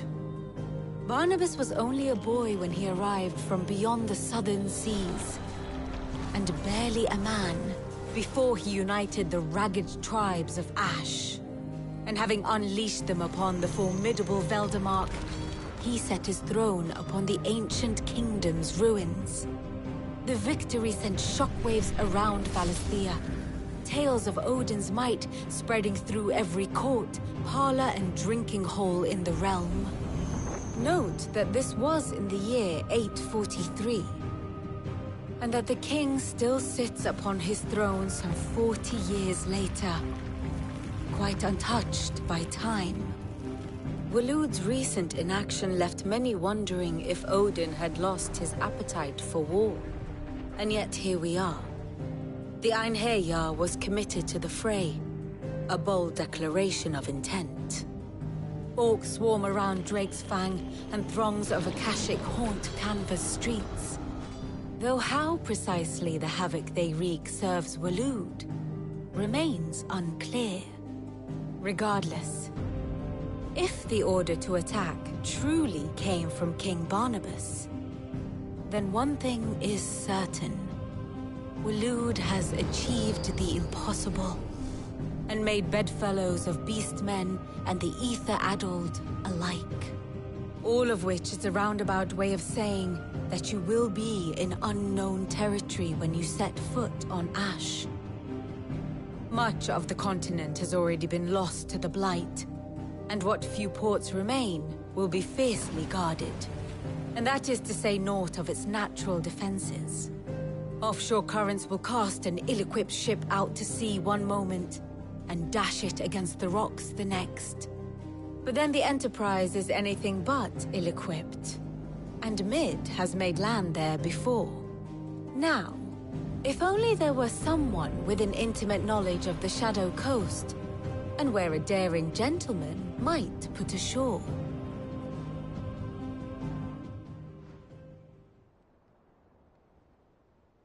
You see, Clive, you had the answer all along. Do you think you can get us back to that beach, Mid? Picked you up from it, didn't I? Not that it were easy. The currents were a right bastard. But then, if it wasn't hard, it wouldn't be worth doing, would it? Well said. Thank you, Lady Vivian. If a few morsels of common knowledge and a sprinkling of tavern talk are worthy of your thanks, I wonder what genuine intelligence might earn me. Probably more visits. Mid, I need everyone in the ale hall now. I'll fetch Joshua from the shelves. Aye, aye, Captain.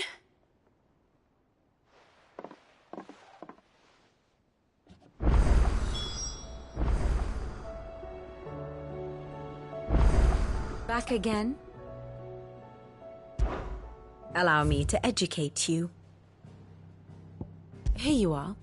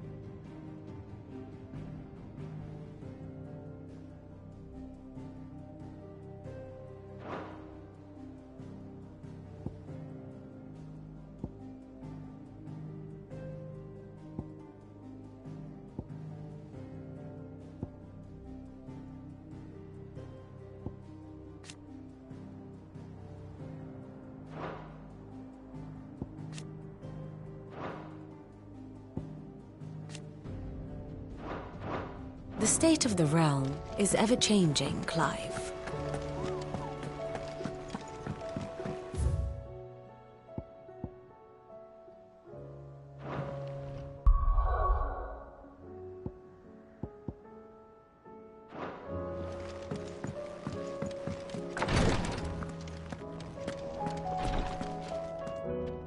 Thank goodness you're back.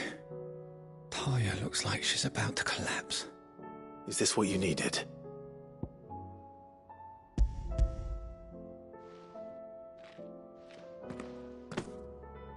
Yes, it is. Thank you, Clive. I'm loath to give a patient Alicia, but Taya's right. Sometimes it's all we can do. A single dose dulls even the most agonizing pain, and all other sensation with it. It may be a gentle way to die, but it is death nonetheless. I wish there was another way.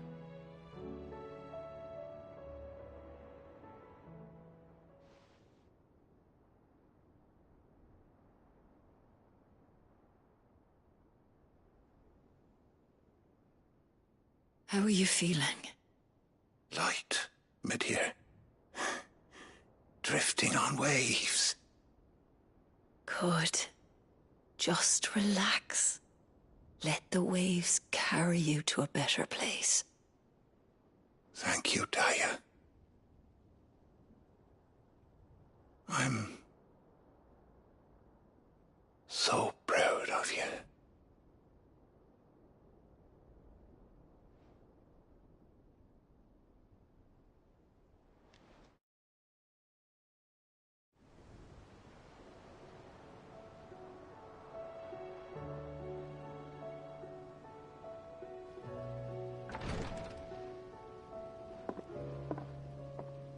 He's gone. Thank you, Rodrigo. And you, Clive? I'll see that he's properly laid to rest.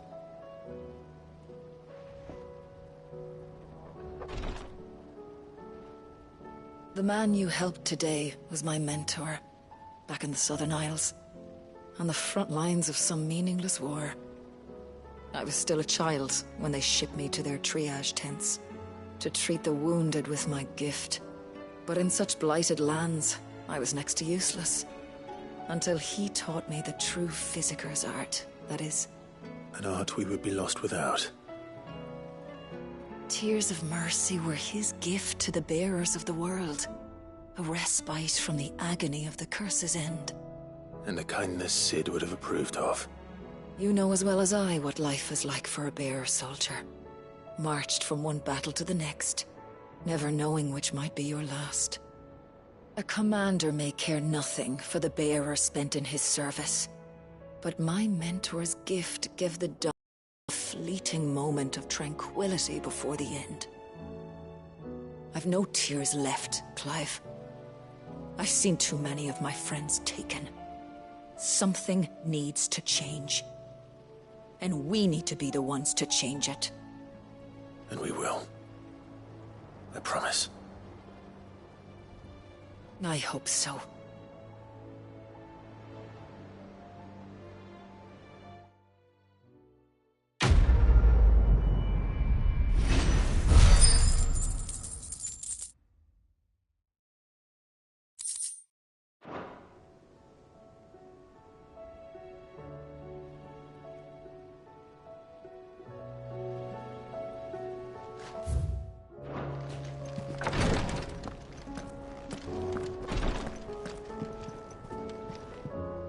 If bearers were truly free, we wouldn't need to make decisions like these. Please, Your Grace, stay strong. Ah, my Lord Marquis. It was the greatest honor of my life.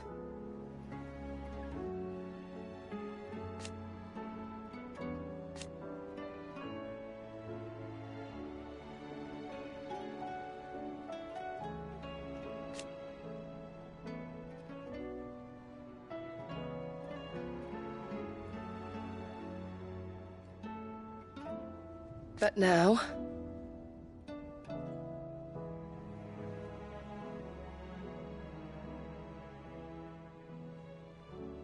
So I bid you.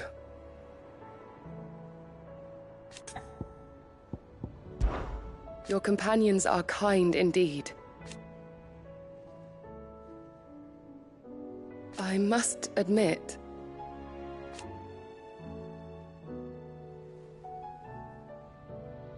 But I see now.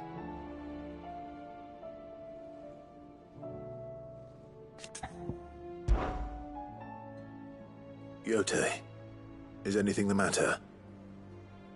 You seem troubled. Perhaps I might be able to help. My lord. Yes. Perhaps you might. It's your brother. His condition continues to worsen, though he does his best to hide it. The lesion on his chest pains him more with each passing day. I had feared as much. There are certain elixirs which can ease the suffering of those afflicted by the curse, but... But His Grace's case is severe. The drafts I have been able to prepare for him thus far have ceased to have any real effect. So I consulted with Talia and certain of my comrades among the Undying about the possibility of finding something stronger. And thankfully, a recipe was found. The only problem being that the critical ingredient is exceptionally hard to come by, and our supplies are almost exhausted. Unless we can secure more soon, your brother's anguish will likely become unbearable. My lord, I know that I have no right to make demands of you. But would you help? For Joshua's sake. For Joshua? Anything. Thank you, my lord. So, what is this critical ingredient? A rare herb by the name of stonerwort.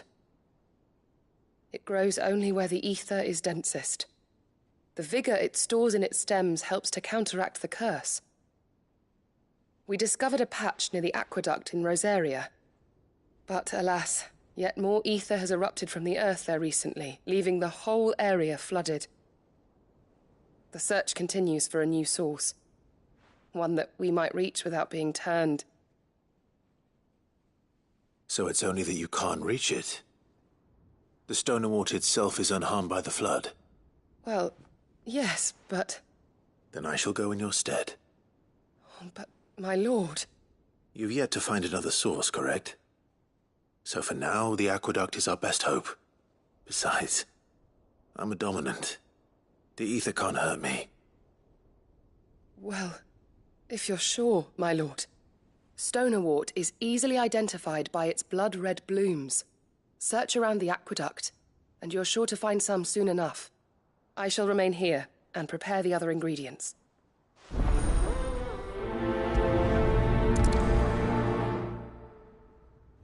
I had only thought to ask for your assistance in finding a new source of stonerwort. But if you're sure about collecting it from the flood by the aqueduct, I should be most grateful, my lord.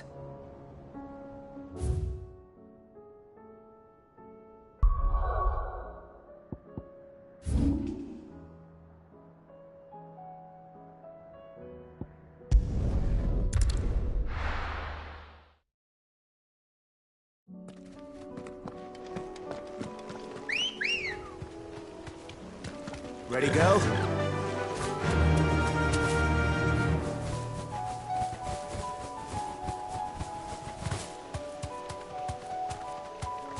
Whoa. Whoa.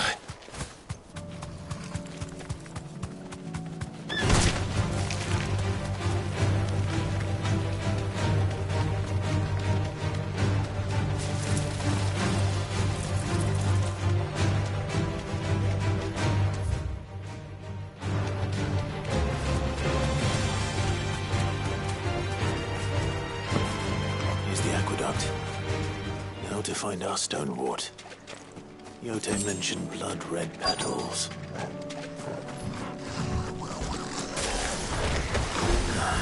Just my luck. Well, I won't be picking anything till they're gone. There's only one thing for it.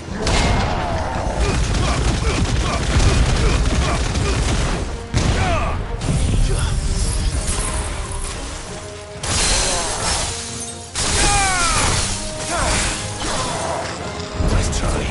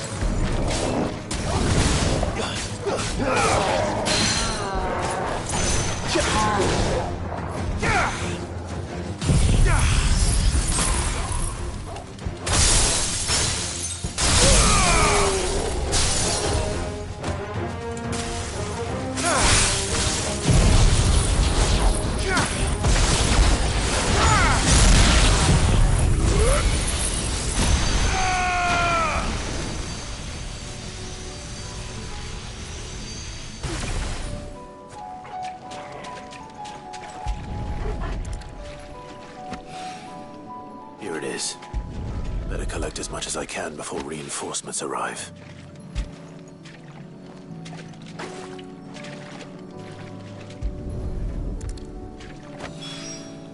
Right. That should do it. Let's get these back to Goty.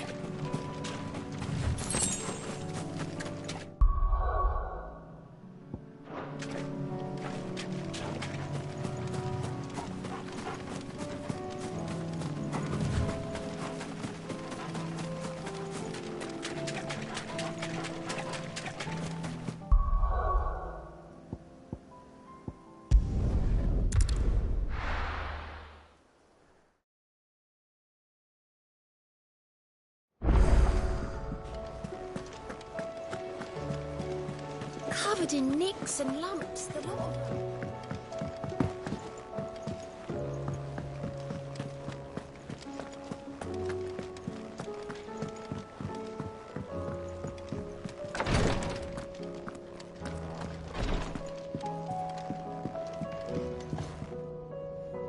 Goty, I brought back all the stone and water I could find.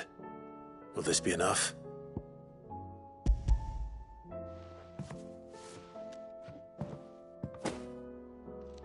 Yes, my lord. Thank you. I'm sure it will serve us until we can find another source. I'm very glad to hear it. You and His Grace are very much alike, you know. You think only of how you might help others, and never of the danger to yourselves. No more than you have minding my brother. You've risked a lot for him, and I thank you for it. I am honored that you should say so. But I beg... I'll keep that in mind.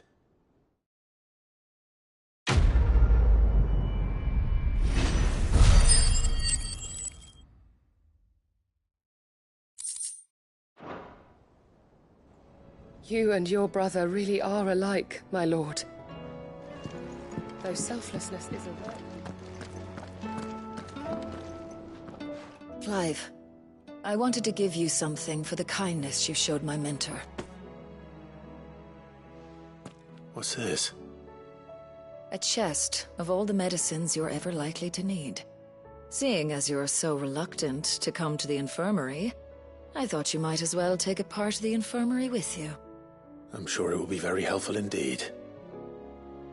And Taya, try not to work too hard. And work Rodrigue all the harder, you mean? He's a quick study, but he's got a long way to go yet.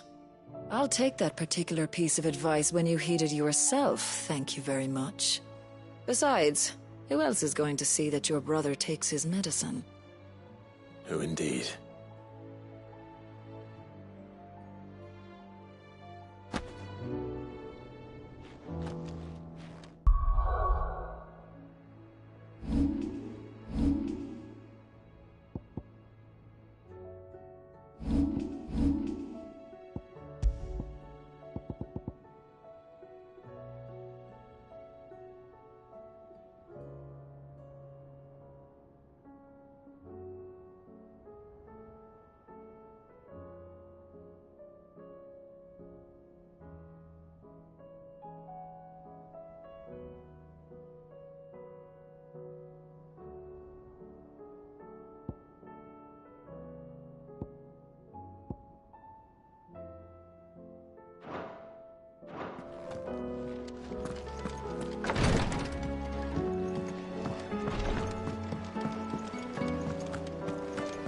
You need anything, you just ask.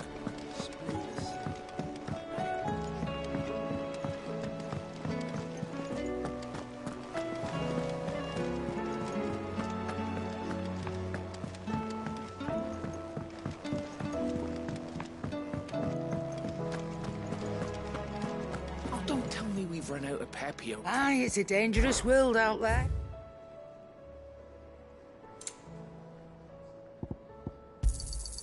You're rubbing me blind, you know. Is that all?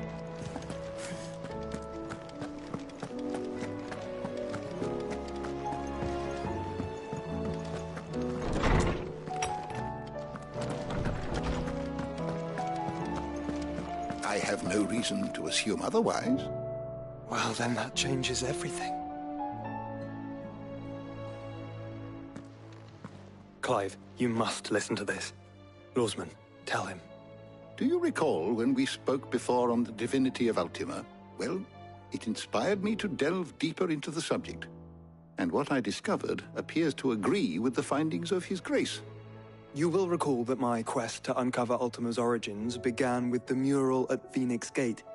But while I've always known it to be important, its secrets have heretofore eluded me. Now, however, I believe I know where to find the more complete example. One that will reveal all we seek. Master Clive, have you ever in your travels chanced to hear of the Circle of Malleus? I would think not, if you have.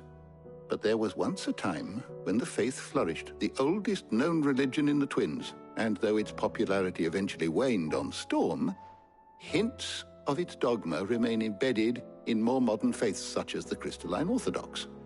Wait, you said it waned on Storm. What of Ash? Religious monuments are often torn down or repurposed when new faiths rise to prominence. But if no new faith arose, then perhaps the ancient temples might still stand. And so, you see now why I must accompany you to Waloed. It would appear the past still has much to teach us, though in this case, it would not have been possible without the musings of Moss. To think that you carried a copy of my old mentor's chronicles all along. I am relieved to discover it in good hands.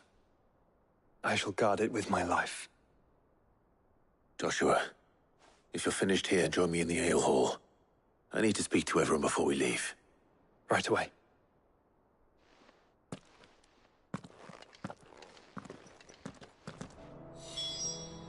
If it please your grace, might I one day borrow the chronicles for a short while?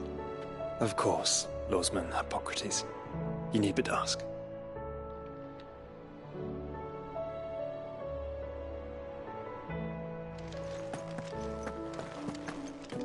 Mid said I could ride the Enterprise.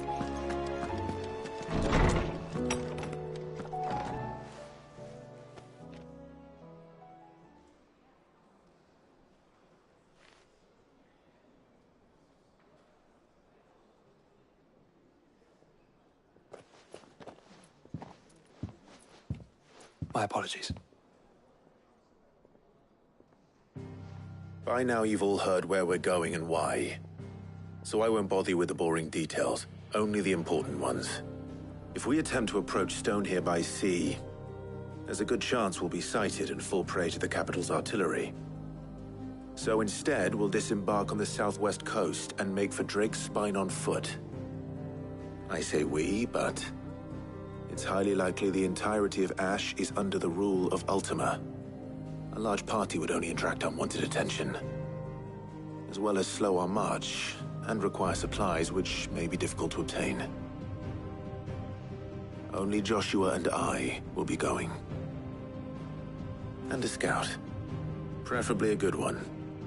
Gav, do you know of any? You bet your ass I do. Might still borrow some of Lady Vivian's maps, though. Just in case, like. Once you've dropped us off at the Shadow Coast, you need to retreat into neutral waters, fly merchant colors, and stay inconspicuous. If you sense any danger at all, you leave us behind and return to Storm. Inconspicuous is my middle name. But like hell am I leaving anyone behind. The ship ain't going nowhere till your scurvy mugs are smiling on deck. Jill, the Enterprise will appear a tempting target for royalists and pirates alike. You're to stop anyone boarding. Don't worry. I'll keep the ship and her crew safe. You'll be needing passage home, after all. But... very well. If there are no questions, I'll see you all at the docks.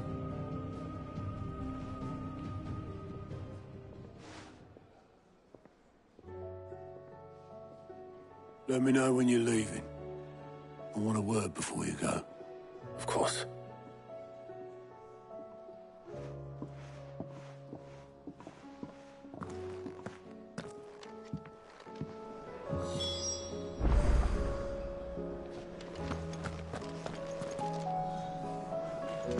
Thought I might grab myself a mug of Maeve's mead. Settle me stomach, you know, before we take to the high seas. What can I get you, Sid? Shout if you need topping up.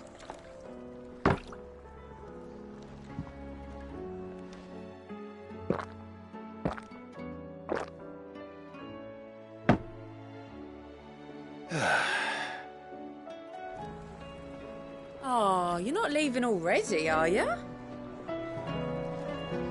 Thought I might grab myself a mug of Maeve's mead. Settle me stomach, you know, before we take to the high seas.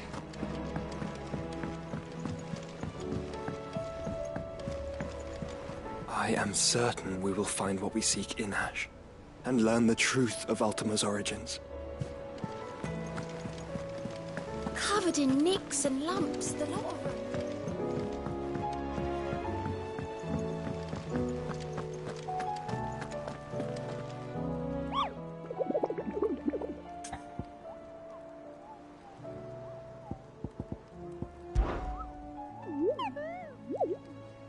Through Orcish.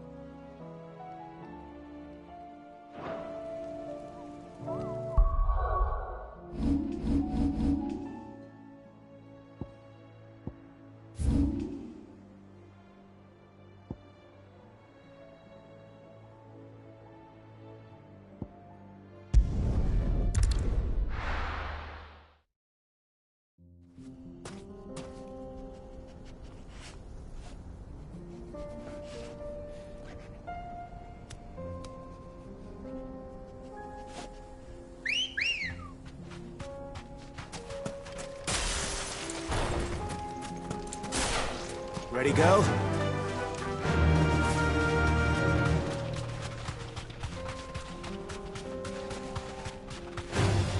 Time to fight.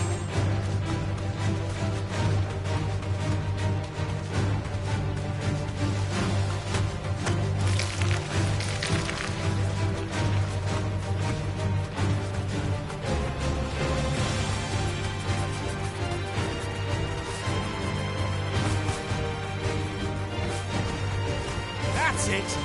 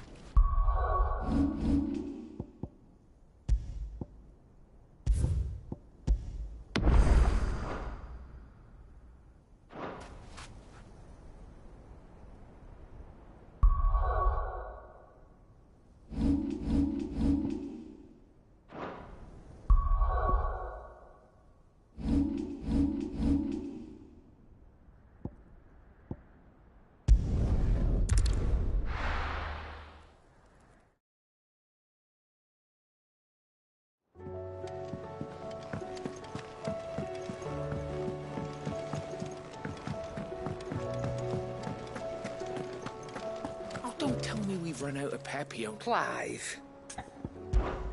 Go on, then.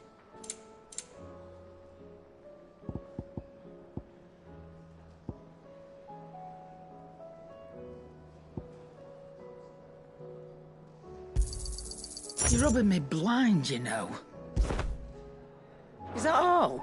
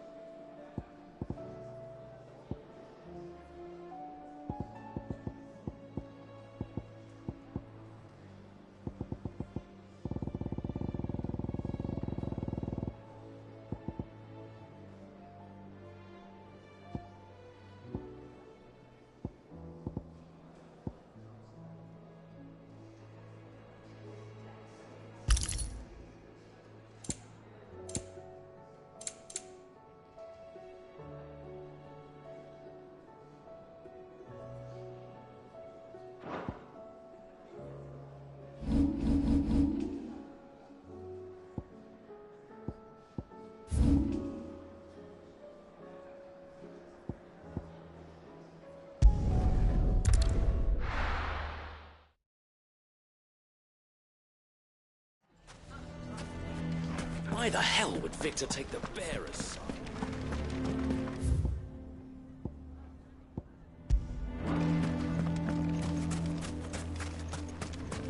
None of the stalls were planted this time, thanks be to you.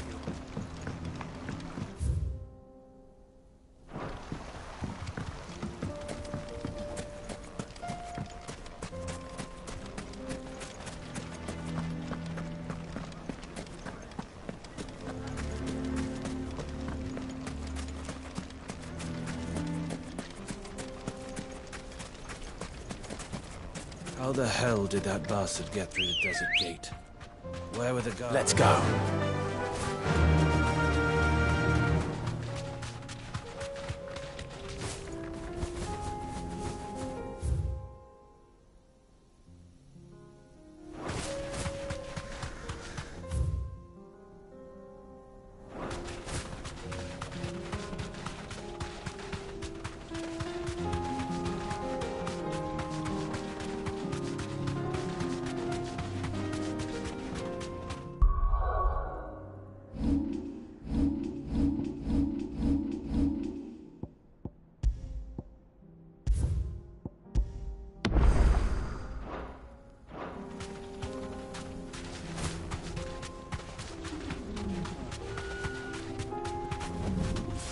Thanks, girl.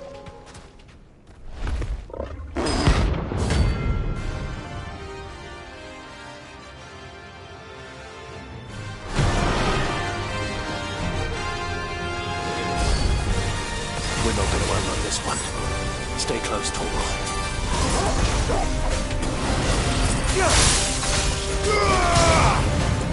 Waken, witch!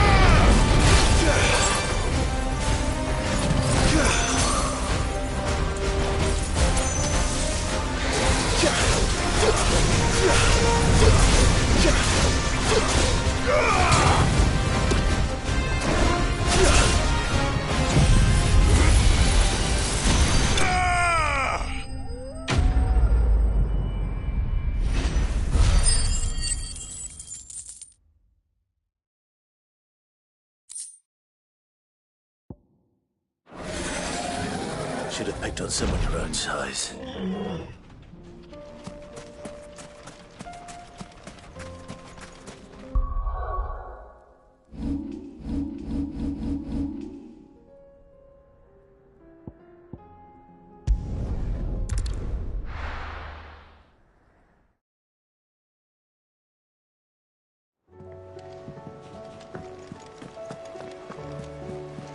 Covered in nicks and lumps galore.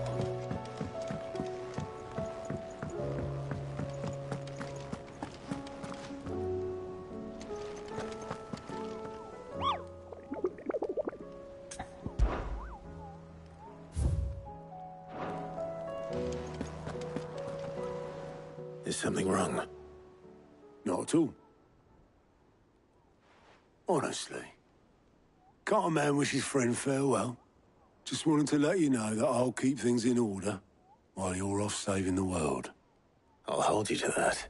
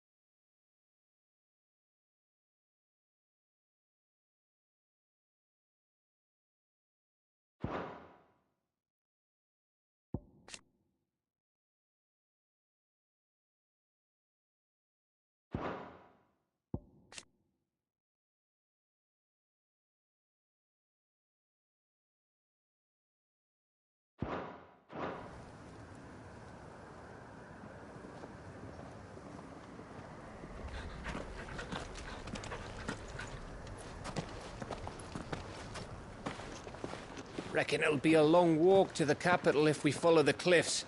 I'll scout ahead, see if I can't find us an inland route.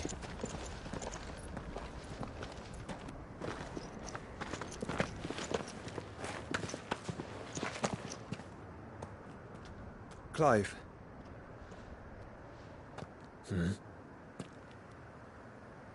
There's something I've been meaning to ask.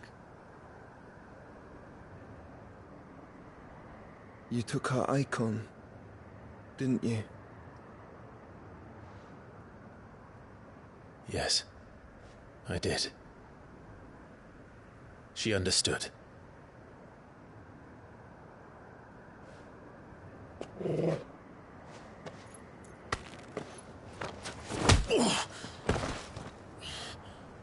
Oh, she understood. Understood that you decided to save the world all on your own, and that you'd die without her power.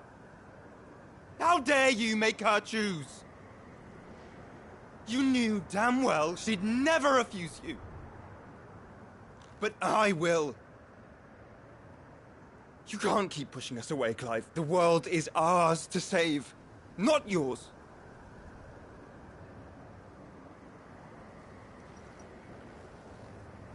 I used my gift because I thought it was the right thing to do.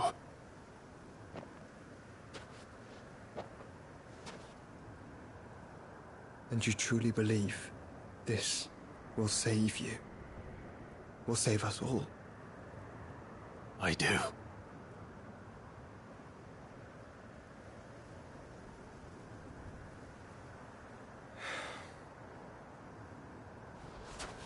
Then so be it.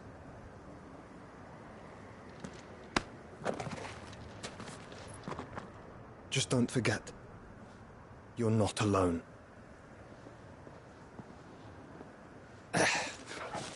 Think I found us a trail. Did I miss something?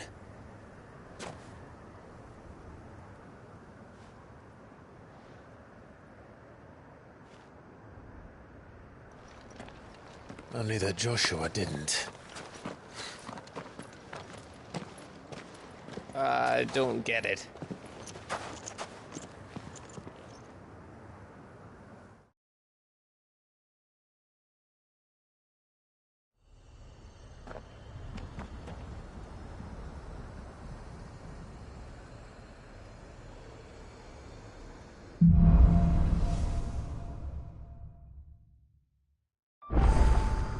Always wanted to visit Ash.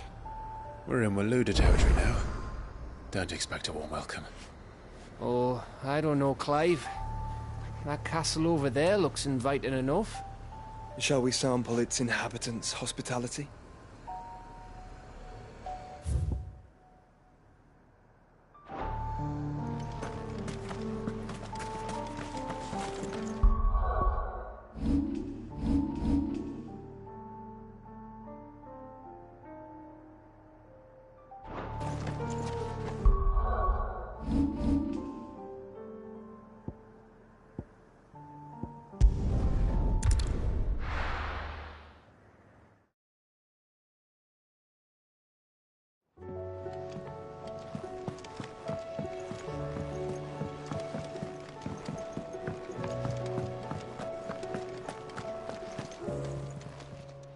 Still alive, are you? Go on, then.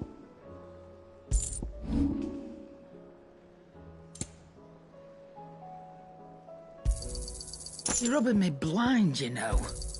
You'll not find a better price than that. It'd better all be here.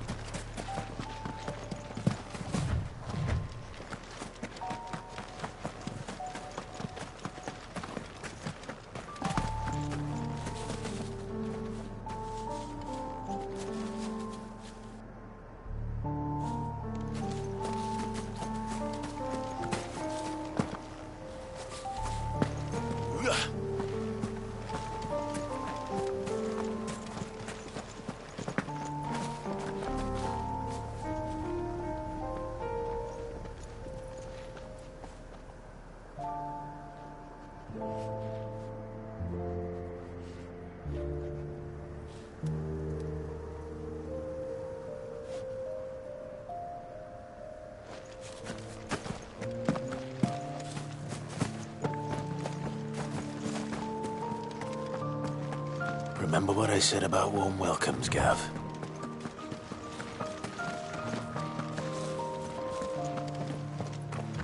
Oh, this place is as dead as Grieger's ghost.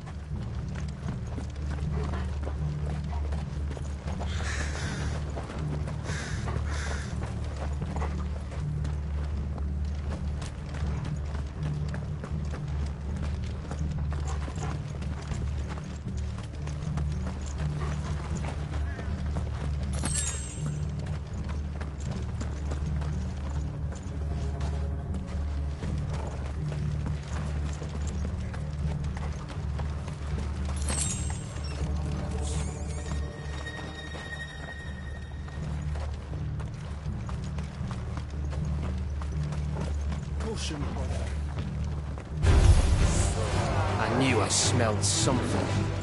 I see only orcs and a Kashik here. Let's hope the villagers made it out in time.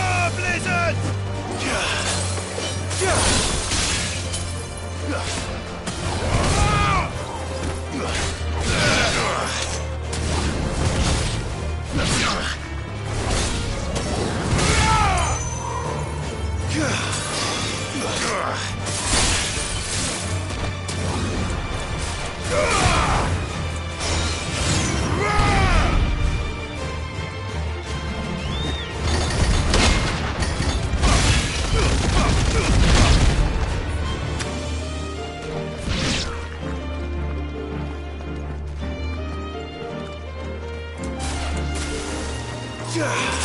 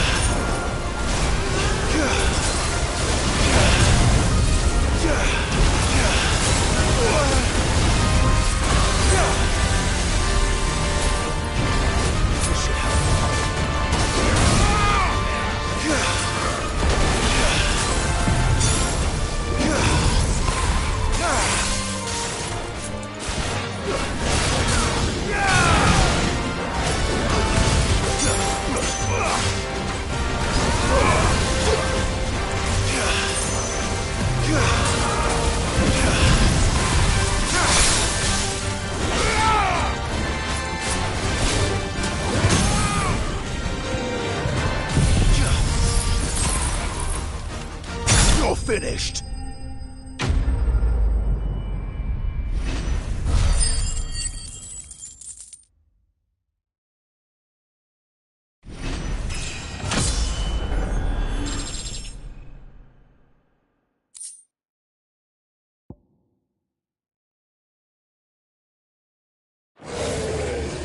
Your reign is at an end.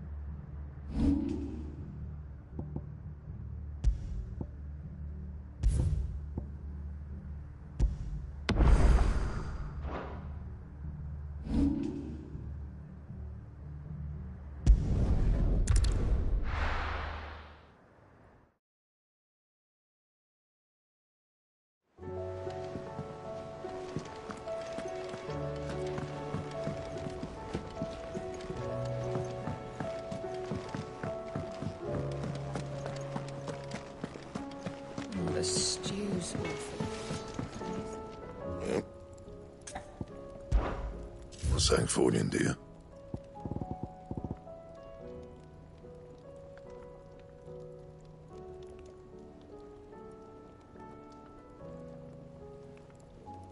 That it?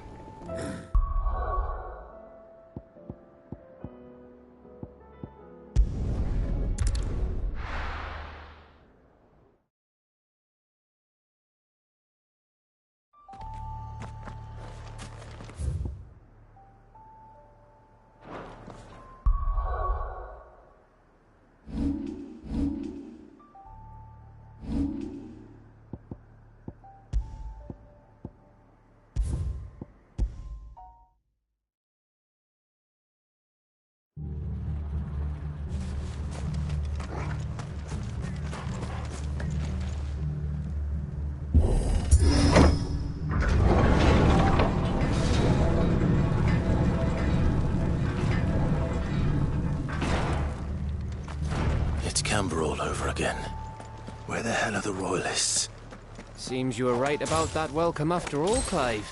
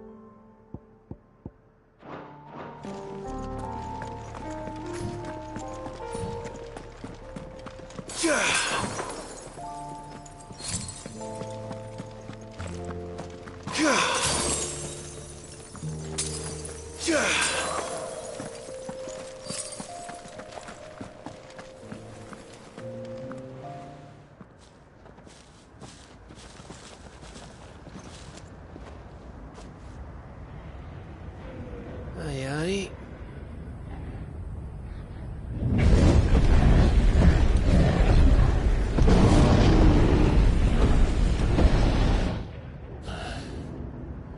Is the whole of Ash fallen into Ultima's hands?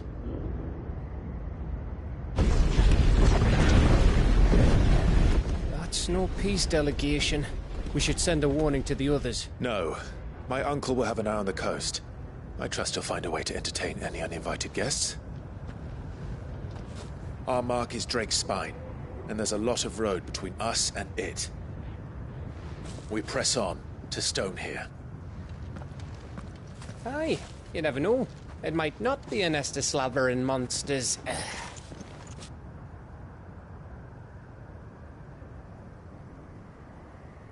Clive, you must go on ahead without me. This stronghold is as old as Phoenix Gate, perhaps older.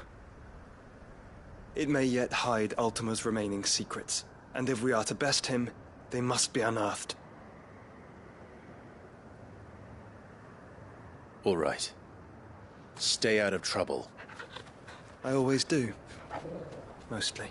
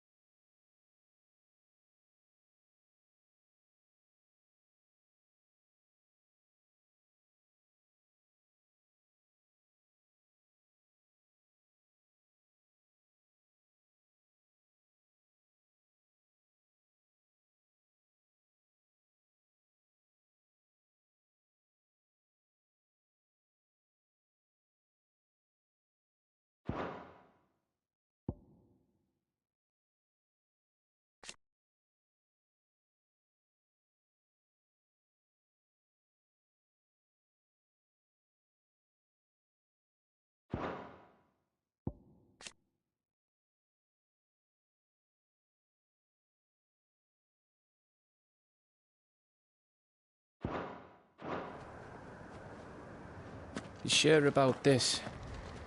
About leaving my brother on his own? Of course. Mostly.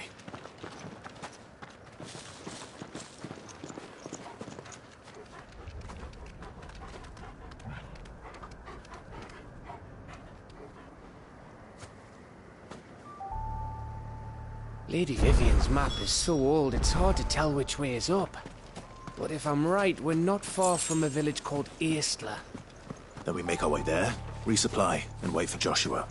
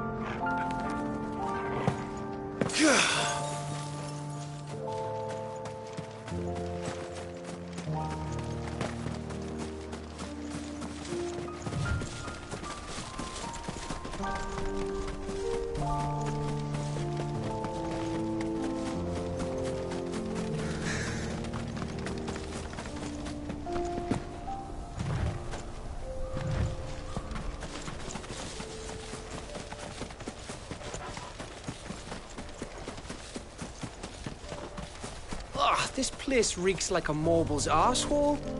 Though I'm guessing it's not the smell that'll kill us.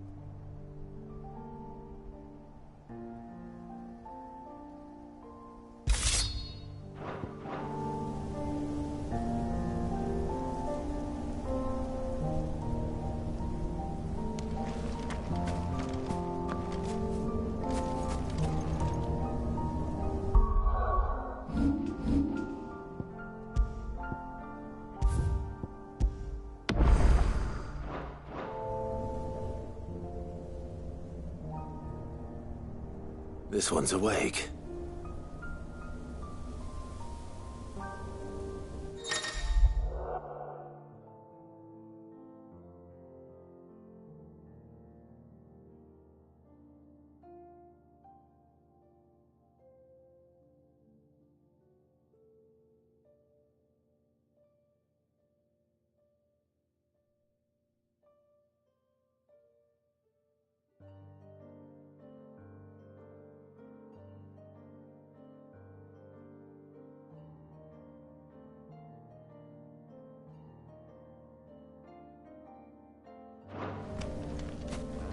Let's see what's inside.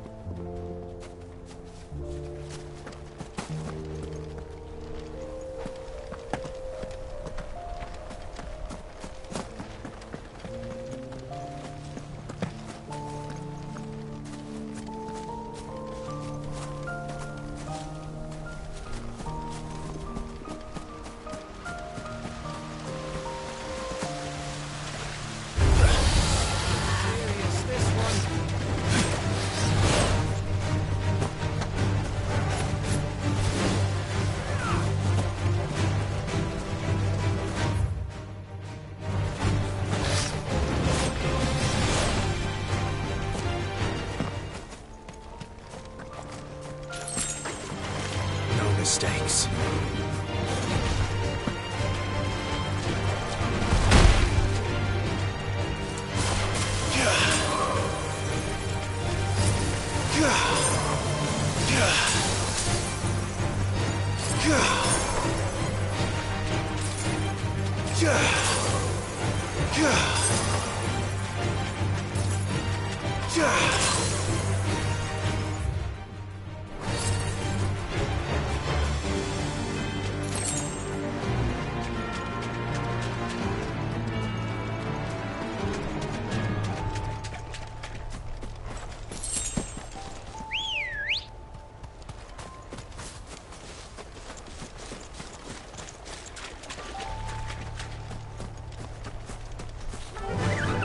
Run like the wind.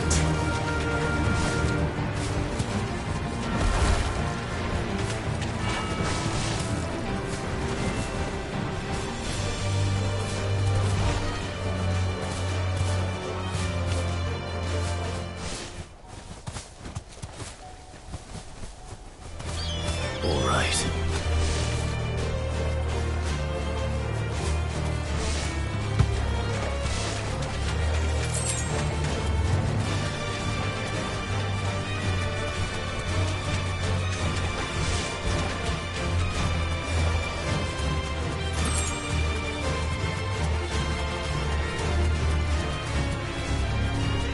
You deserve a rest.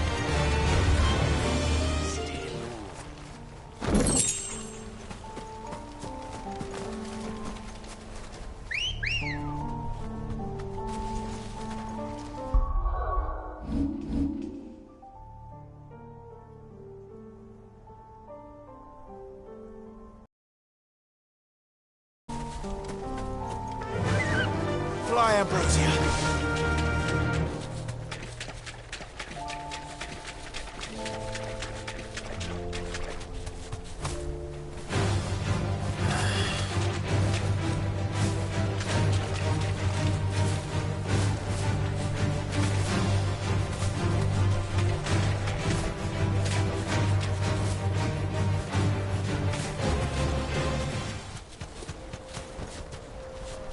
Straight home now.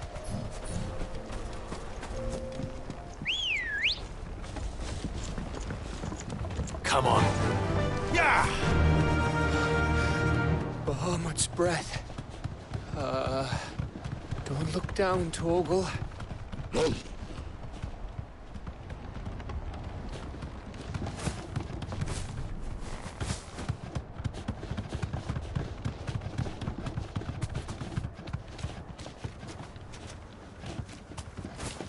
That must be Aistla.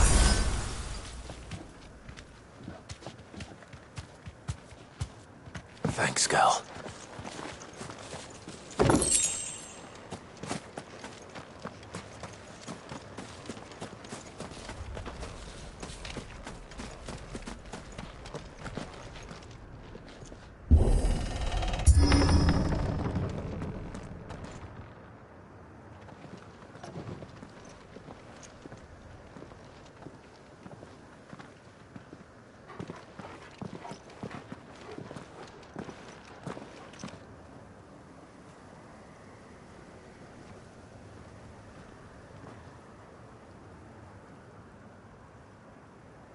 What do you think, Clive? Then we're too late.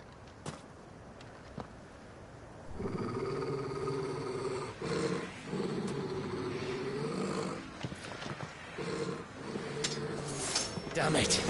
They're all turned. There's nothing we can do. I wouldn't say nothing. No court!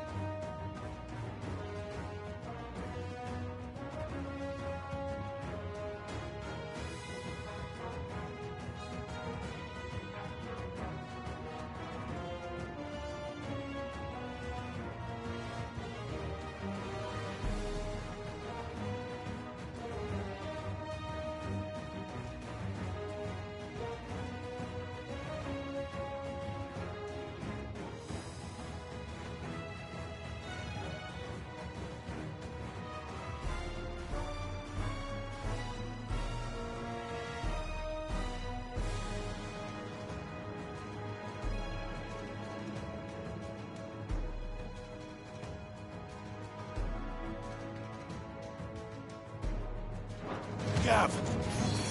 No quarter!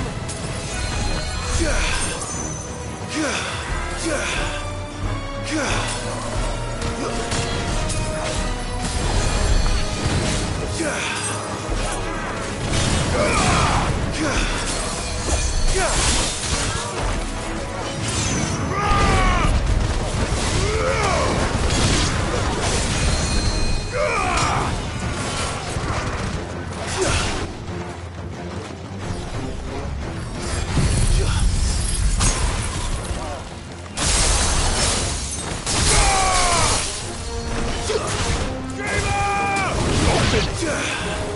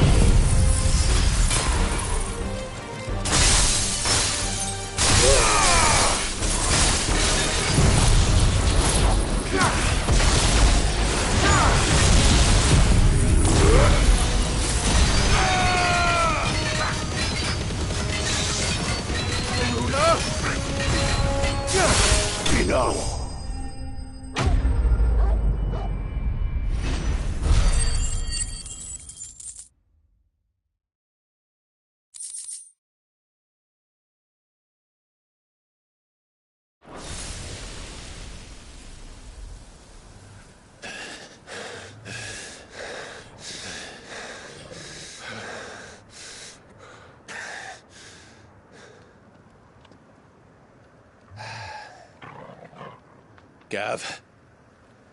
Gav! Don't tell me there's more of the bastards. Oh, fuck.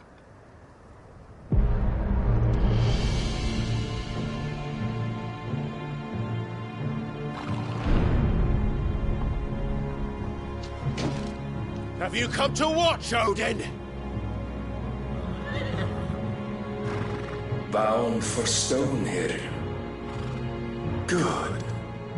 My master awaits you in the capital, though I cannot allow you to attend him in your present state.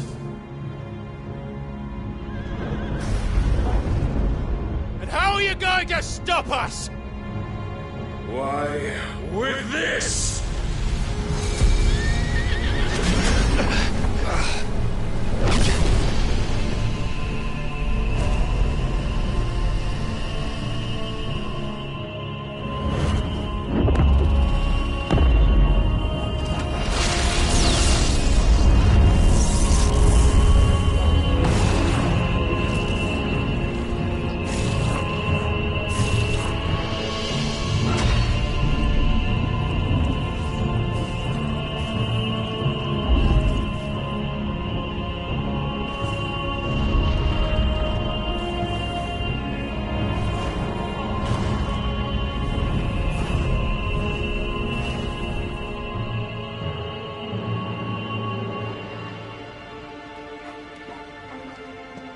What did you do?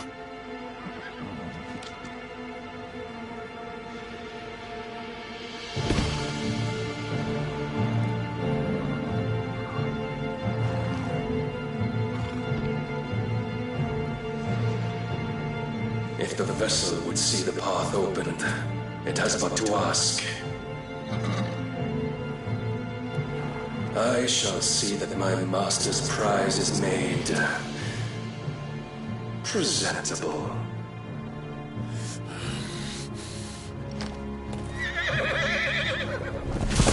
Shit! No!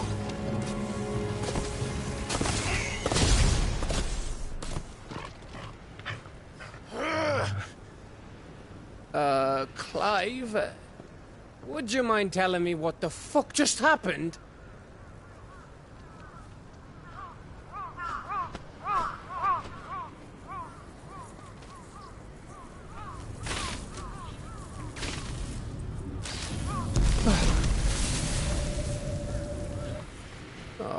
You've got to be. How are we supposed to get through that? We seek an audience with the king. If His Majesty wants me to come and ask him, then that is exactly what I'll do.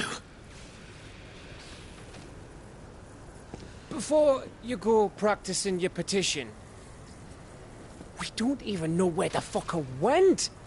How about we cool our heads and think this through, eh?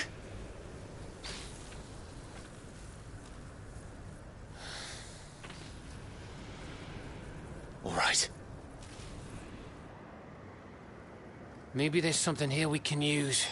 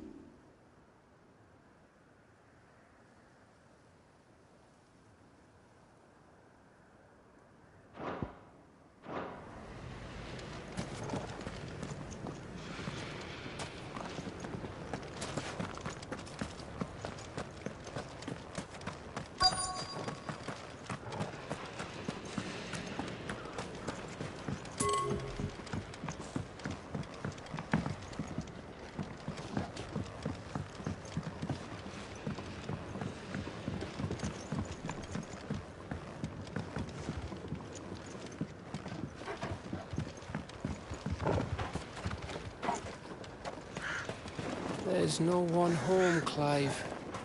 Then let's find somewhere to sit down and look at the map.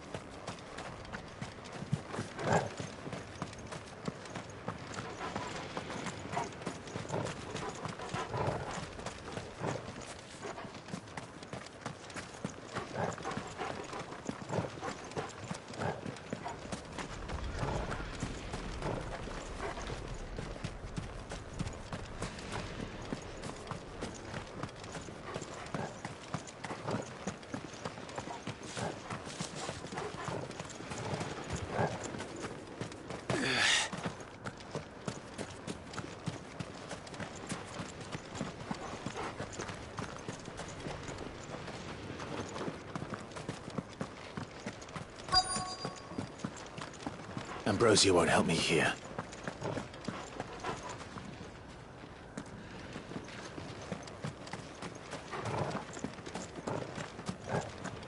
I thought we got them all. So did I.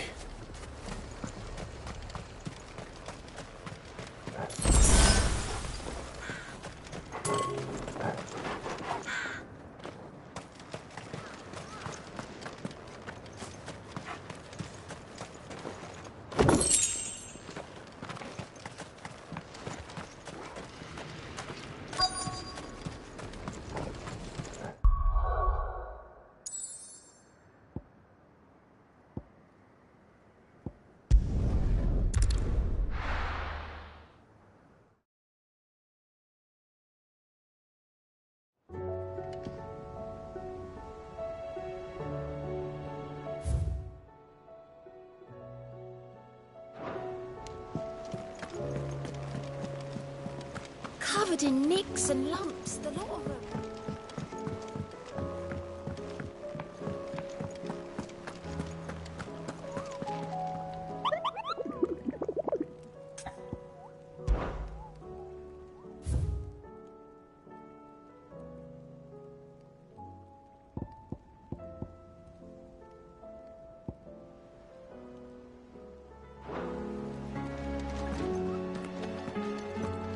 This is it, Clive.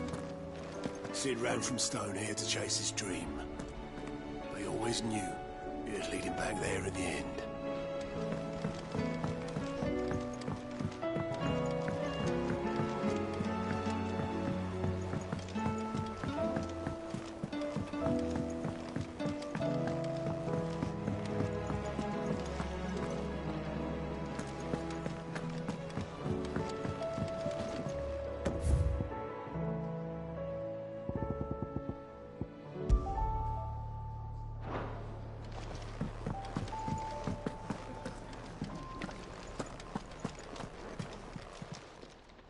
Clive. Coin purse weighing you down?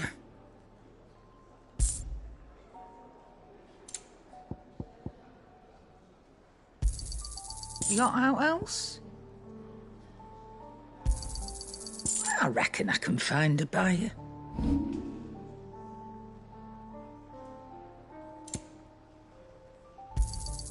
It'd better all be here. You're rubbing me blind, you know. It'd better all be here. You're rubbing me blind, you know.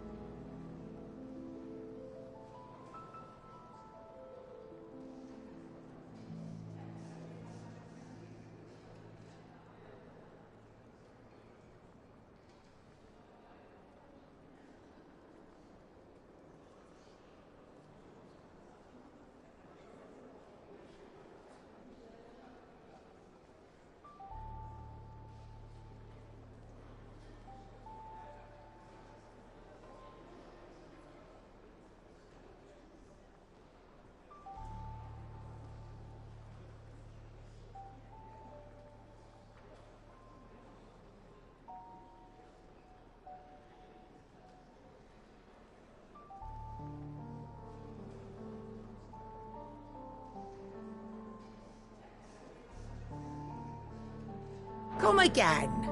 Oh, don't. I'm not...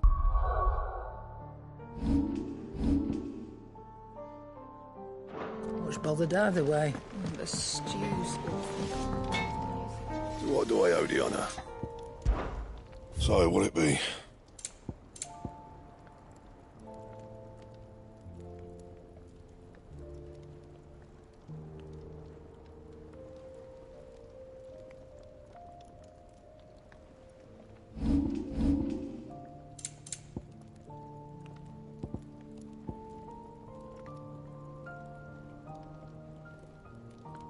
That it? Fine.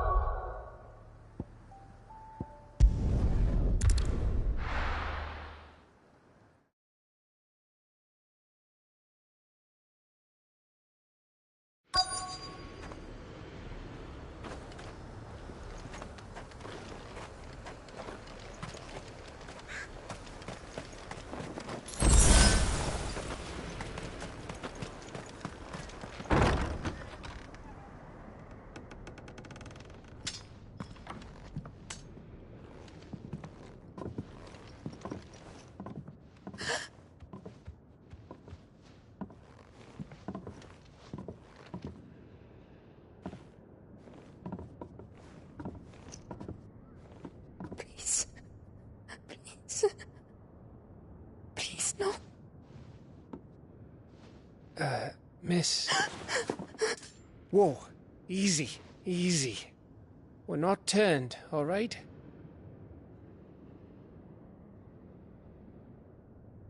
Who?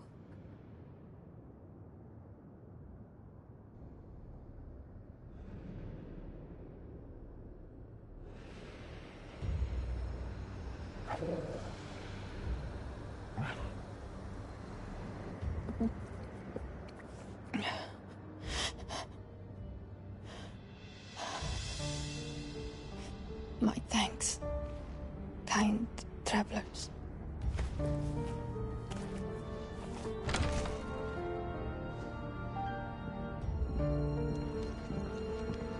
Edda, forgive me for asking, but what went on here?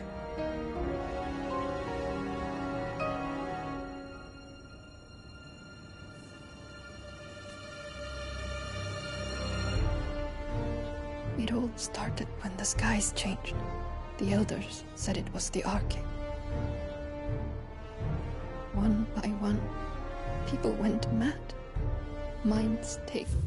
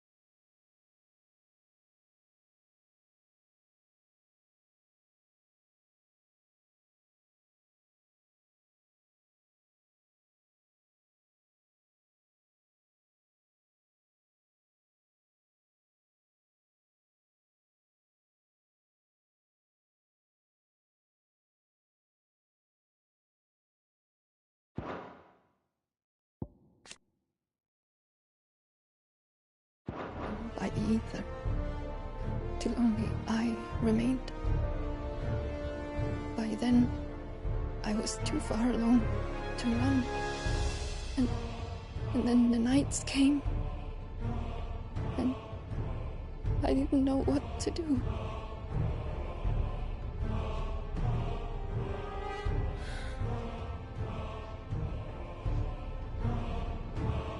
And this, okay, is...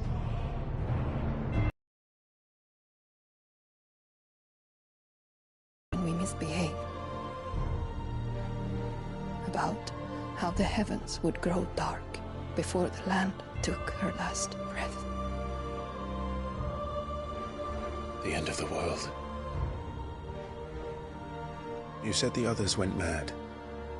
But where did they go?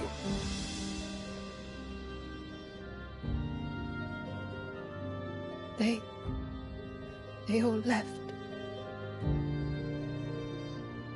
Drawn east to the tower, to reverie.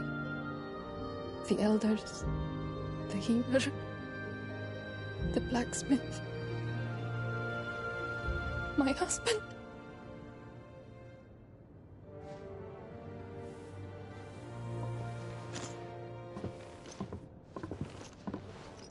You thinking he did this? Of course. Who else could it be? You were in Canva. You saw what he did to the people. But then what about her? How come her nut hasn't cracked? The baby, perhaps? Could be protecting her from the ether. I can't think of any other explanation. You mean... it's a bearer? It won't matter what it is once Ultima's magic takes hold. Time's running out.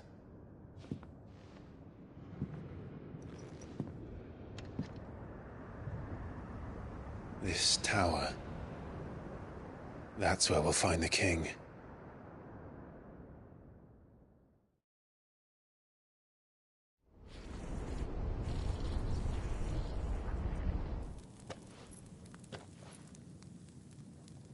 I knew it. It's the same as Phoenix Gate.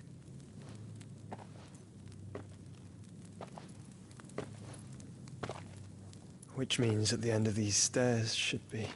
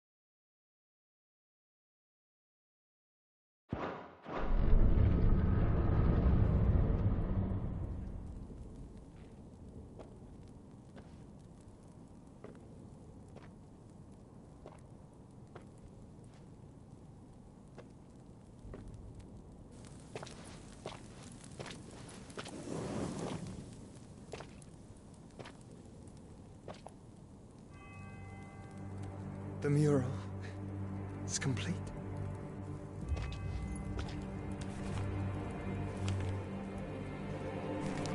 Ultima and his vessel, Ifrit.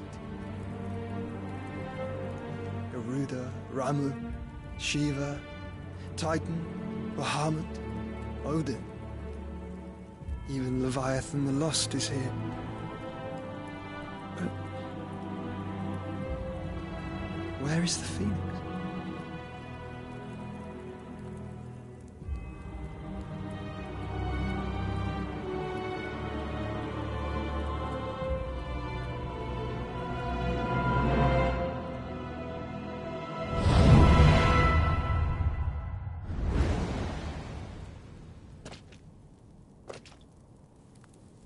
By the Founder.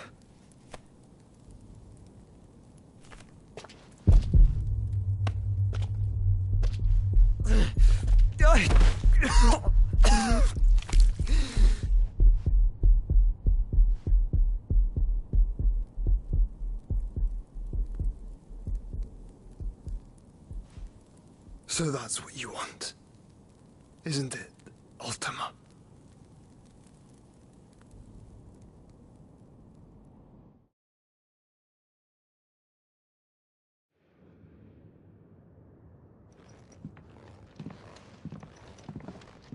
So that's how it's gonna be then?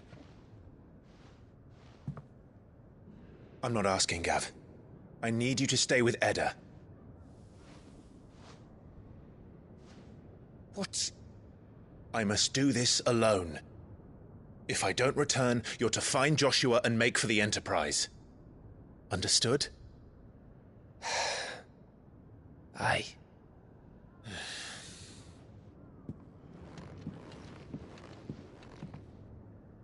Just don't you go dying on me. Sid's name suits your miserable mug better than mine. Don't worry. I haven't finished with it yet.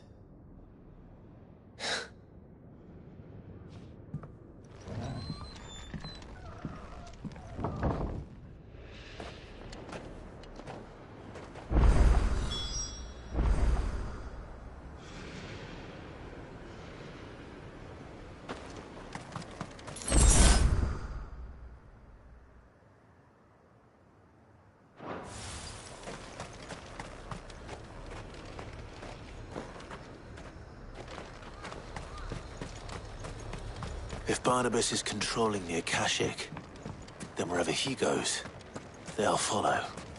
And so will I.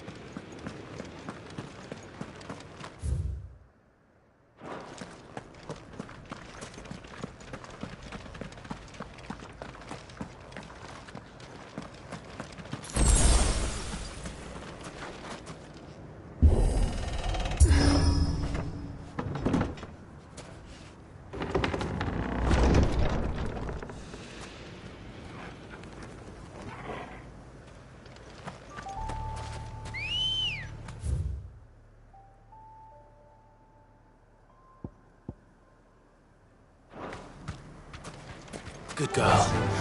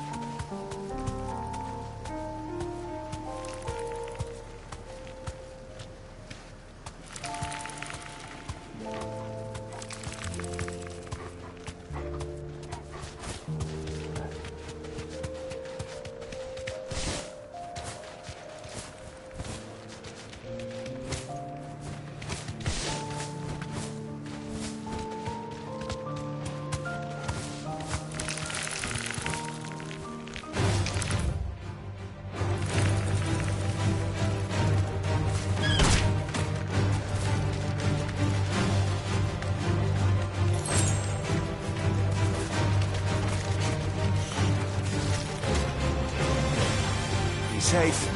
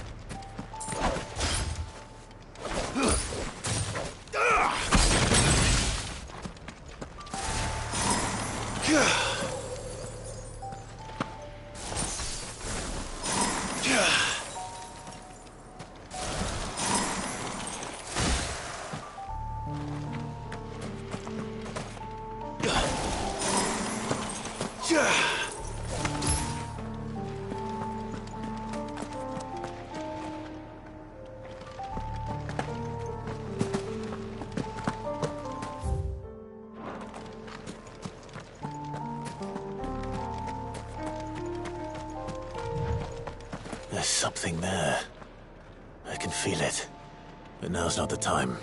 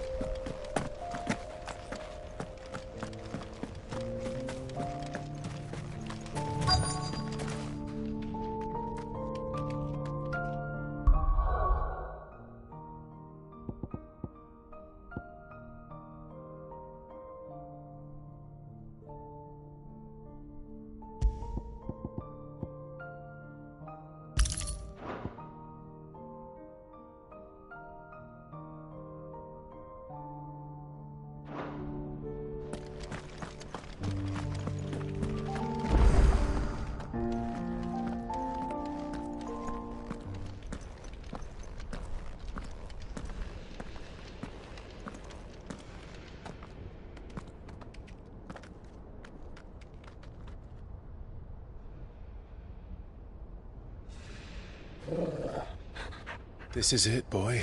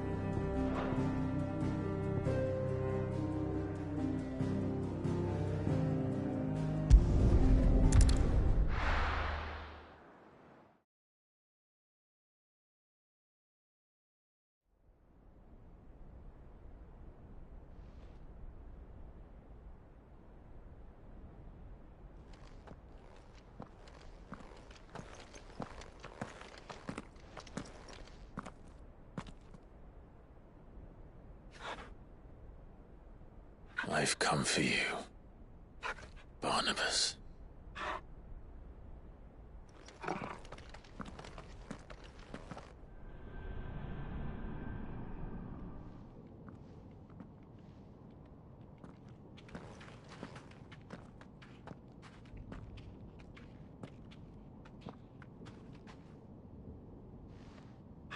Stay close, Torgal.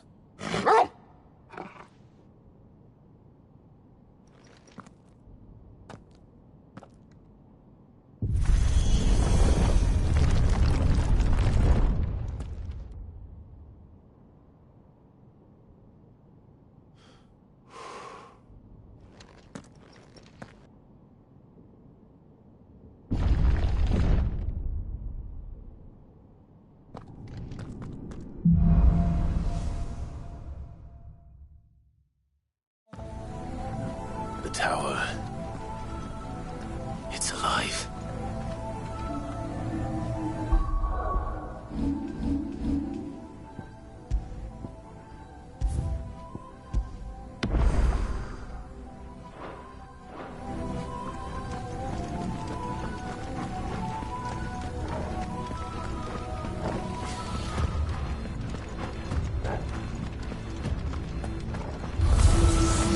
More echoes of the fallen. They seem to feed on ether.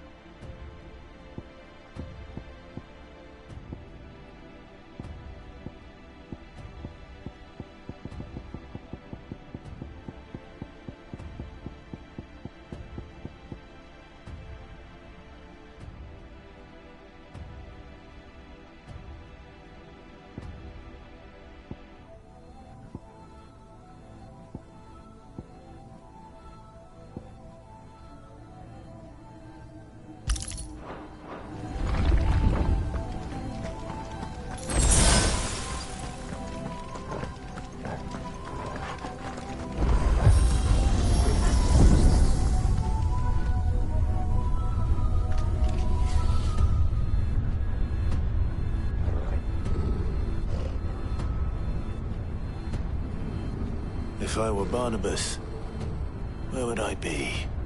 The top. So I could look down on the world.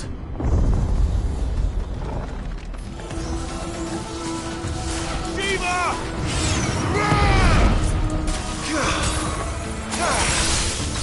Soil and stone! Enough!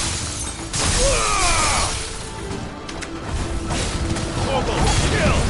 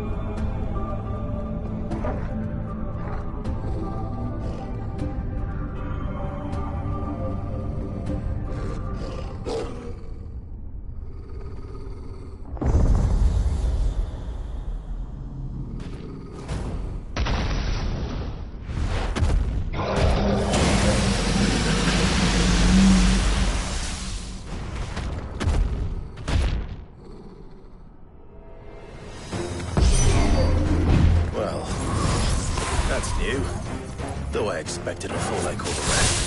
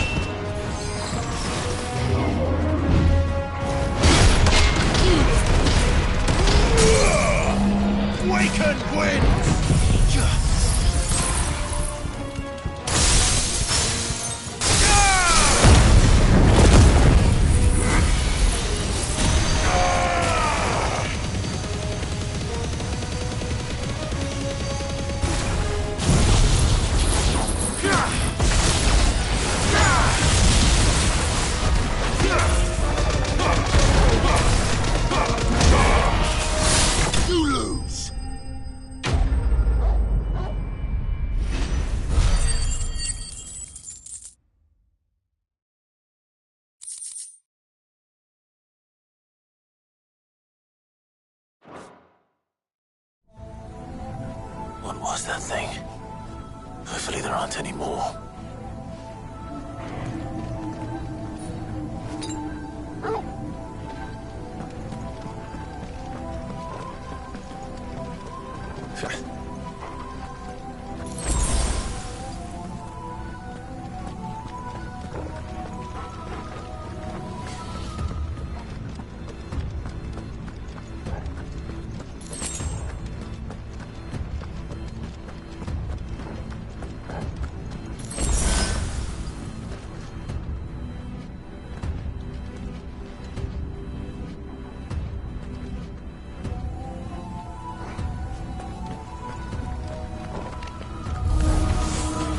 What to do, boy?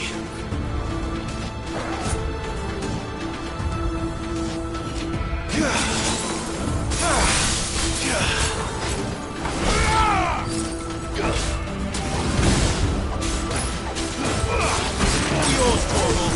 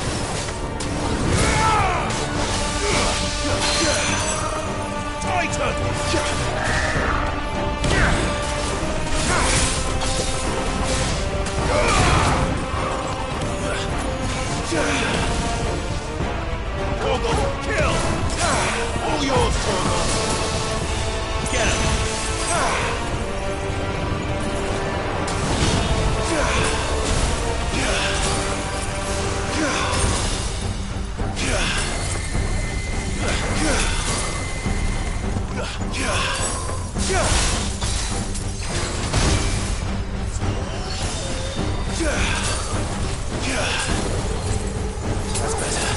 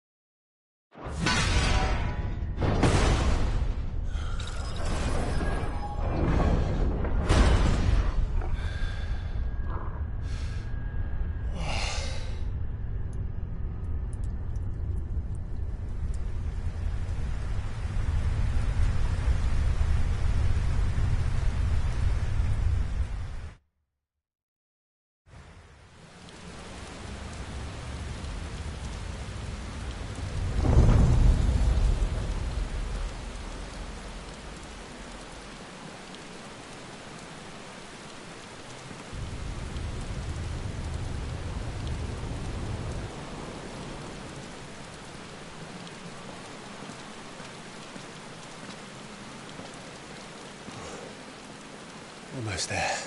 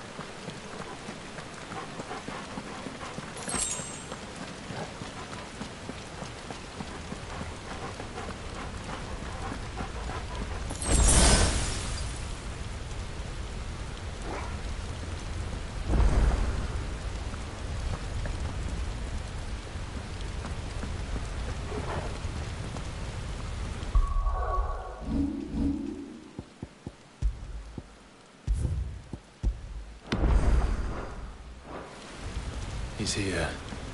I can feel him.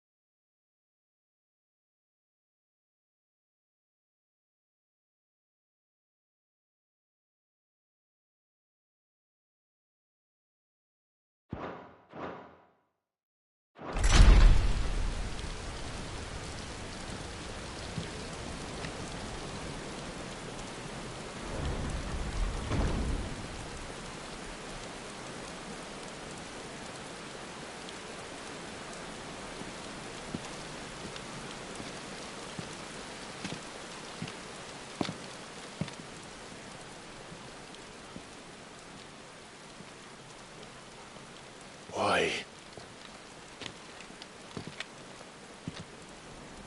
The blade must ever feed if her edge is to remain keen. Butcher. What care you for these worthless creatures? They are nothing. Weak from the moment of their conception, ever longing for power not theirs to command, they turn unfailingly upon themselves. Like sheep, they roam in filthy flocks, eager to trample those few gifted a fleece of gold. Or that they might feel contentment with their pitiful existence. Prejudice and persecution, severance and strife, every earthly wrong springs from the malice in men's hearts. Malice born of the pain and suffering that is free will. Its corruption is gnawed at your being from the very moment of birth. You're wrong. It is no corruption. It is who I am. Every choice I make, right or wrong, gives me reason to carry on. And carry on I shall. Not as a puppet, but as a man. Which are you? There was a time I too thought those the only choices. What? Long ago, God granted man the gift of magic. And with that gift did he build great civilizations. Yet over time, man lost sight of the gift's true meaning, stepping from the path of shared prosperity to one of avarice. He abandoned his creator for sword and flame, and through his folly, beckoned the blight.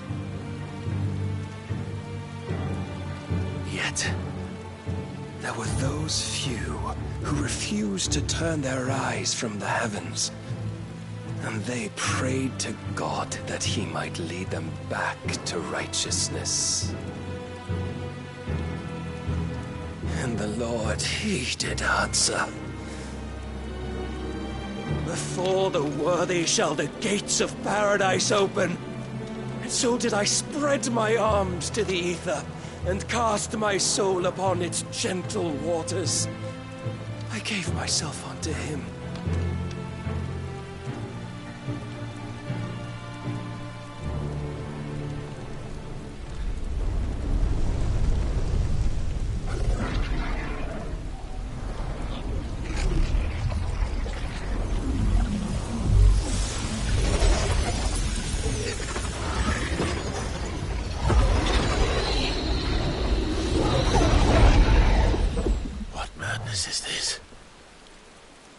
My worth proven, the Lord charged me thus.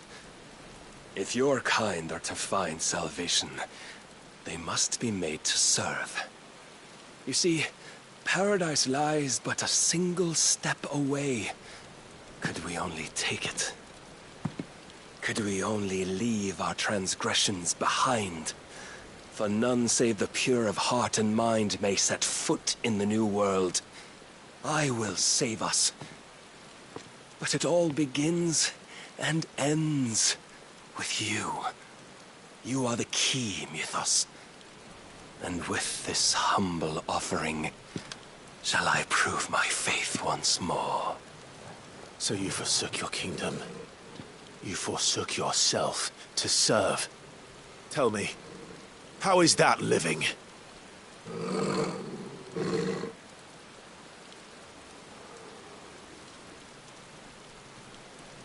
What you seek to provide is not salvation. It's anything but. Life is about always having a choice. Take that away, and we might as well be dead.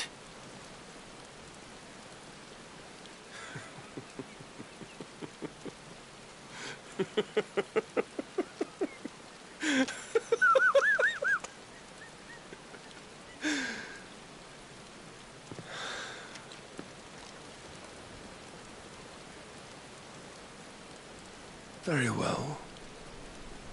Come then.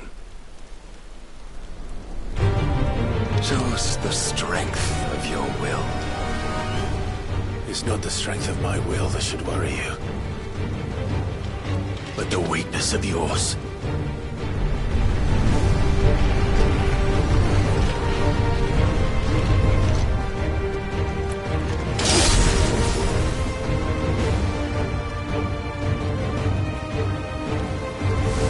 If you think your will the stronger, prove it. By this day's end, you shall know the truth.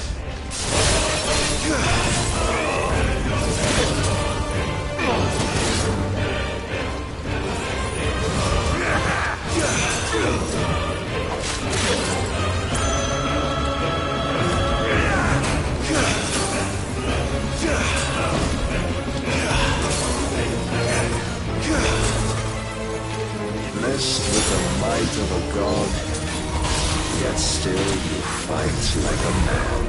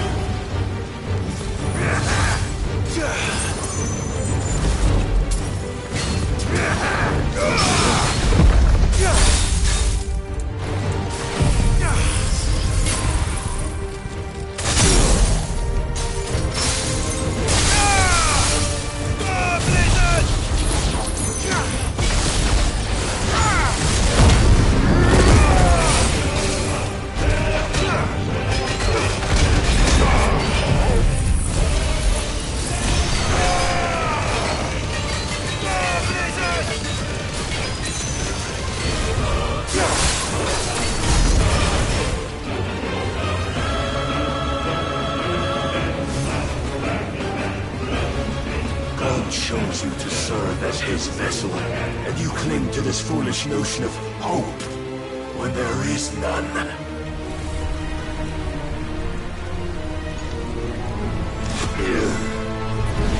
Fuck.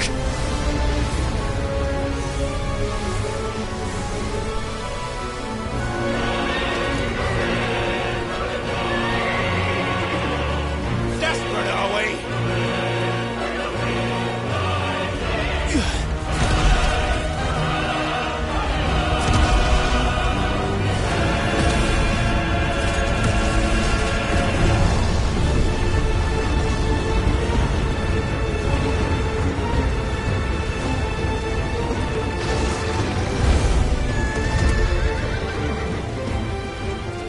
Finally, we can begin!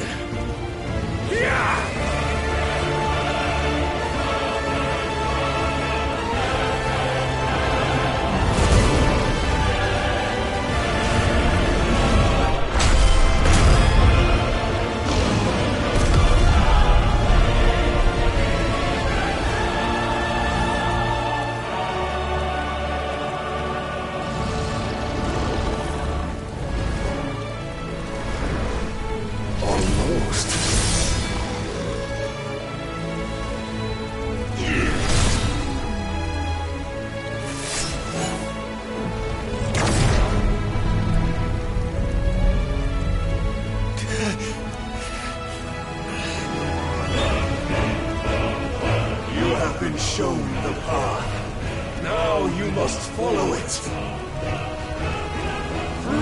yourself, Mythos.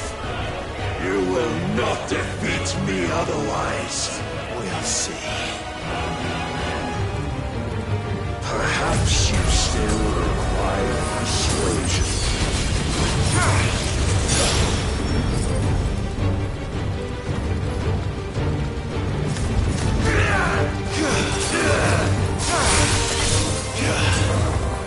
Soil and stone!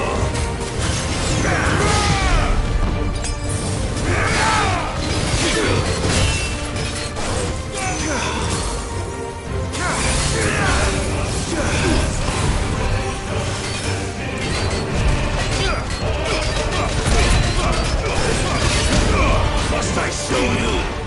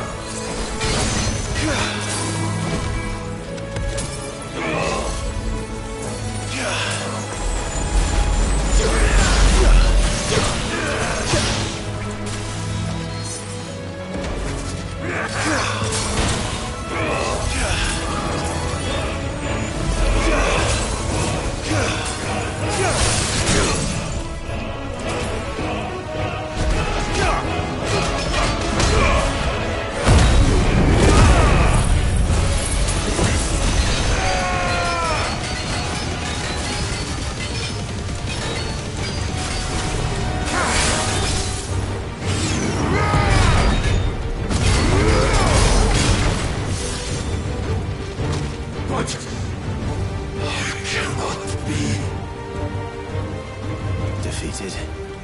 You admitted defeat the moment you turned your back on us. When you turned your back on the truth, Barnabas. We are not as weak as your god believes.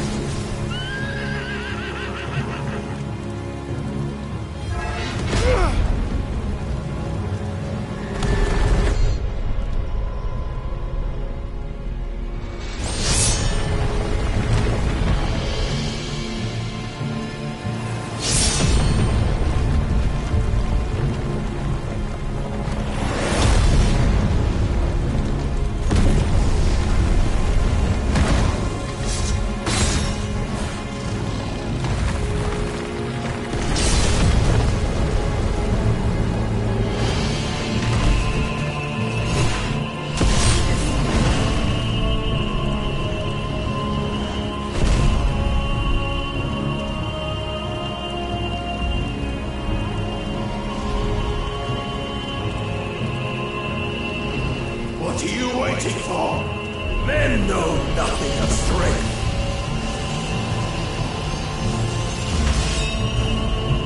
But you will.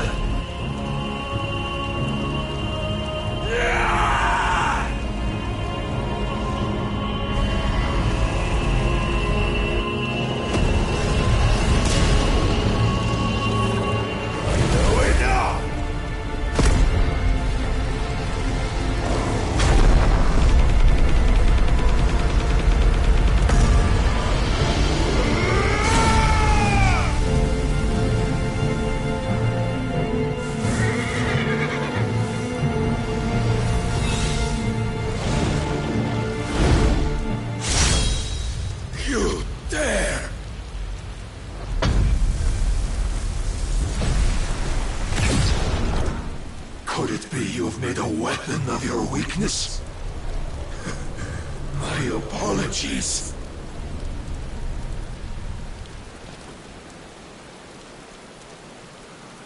You are not the fool I took you for. And so it ends. No!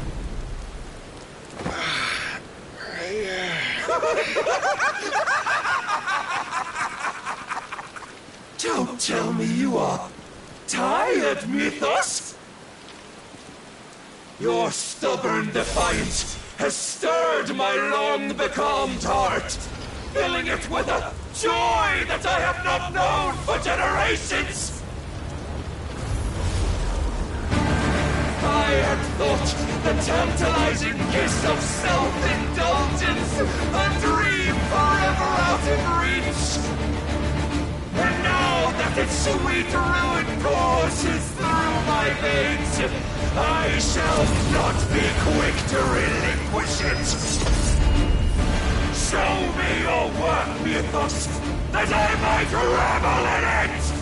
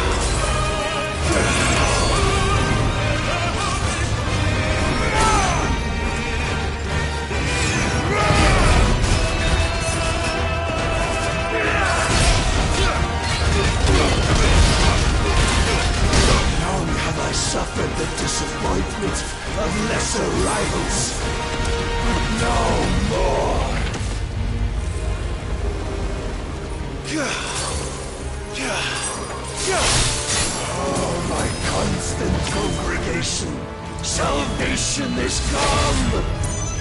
Rejoice as our souls are granted peace unending!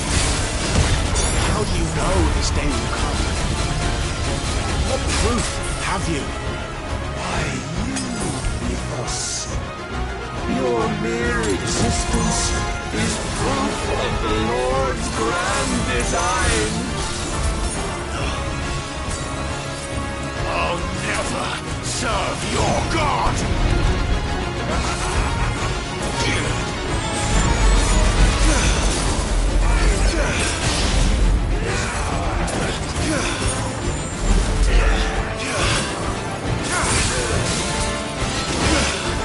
Waken, quick!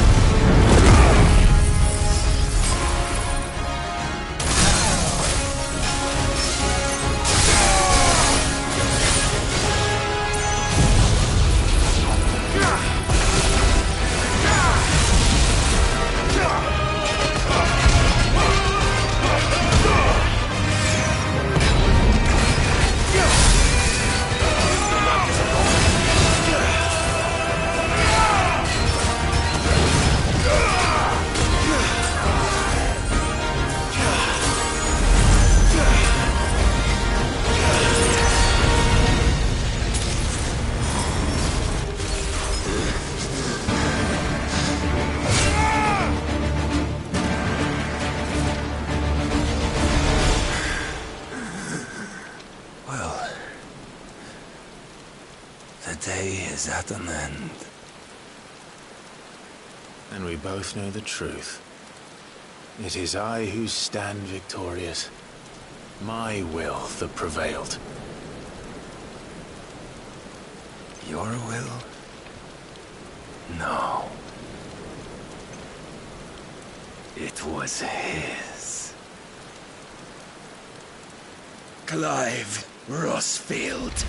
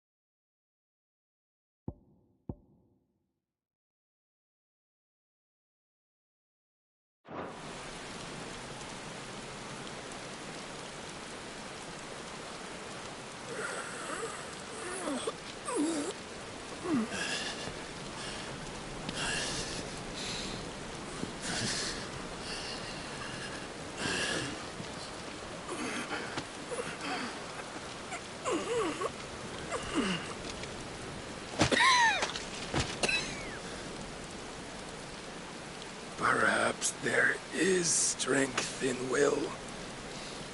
Would that I had not relinquished my own.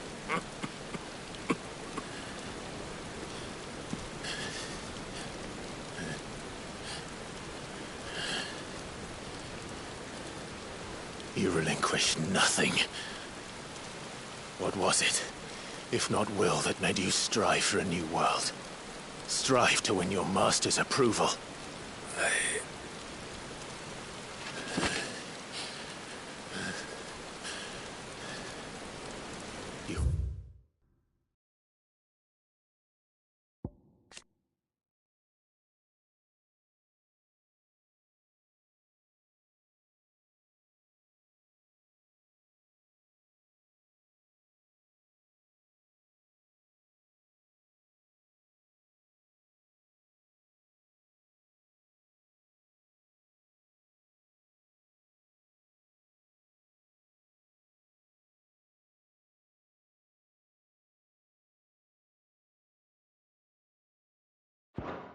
Shown a fantasy, and you chose to believe it. But you were wrong. There is no world but the one we live in. And that world is worth saving, even if it means killing a god.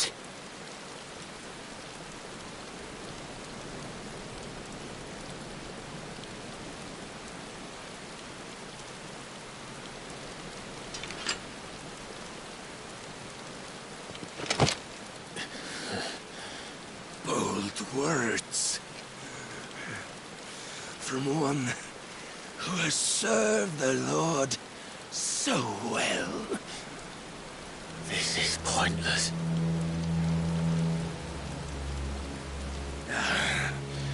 But I almost forgot. I promised that I would make you presentable. Did I not?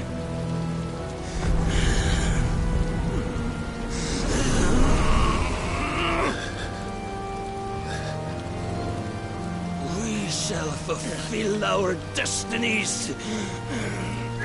Just as the Lord's Mother Crystals have fulfilled theirs. Come, Clive Rossfield. Take what is rightfully yours. Become one with God. No.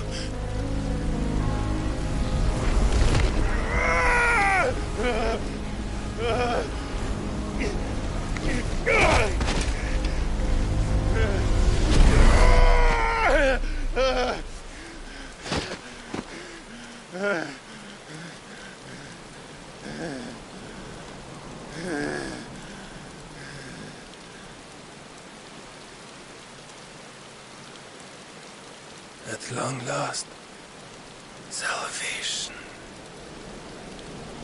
I'm coming home. Mother.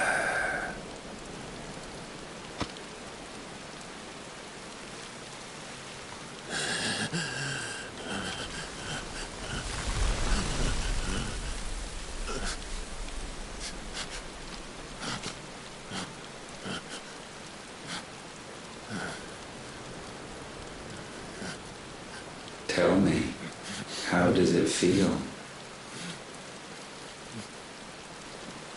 Show yourself! Face me! How does it feel to consume your rival's strength, to gorge yourself on their beam, to edge step by trembling step ever closer to the divine? With or without a will, you are still but a vessel, our vessel. Behold, how your body shudders in anticipation of its fate.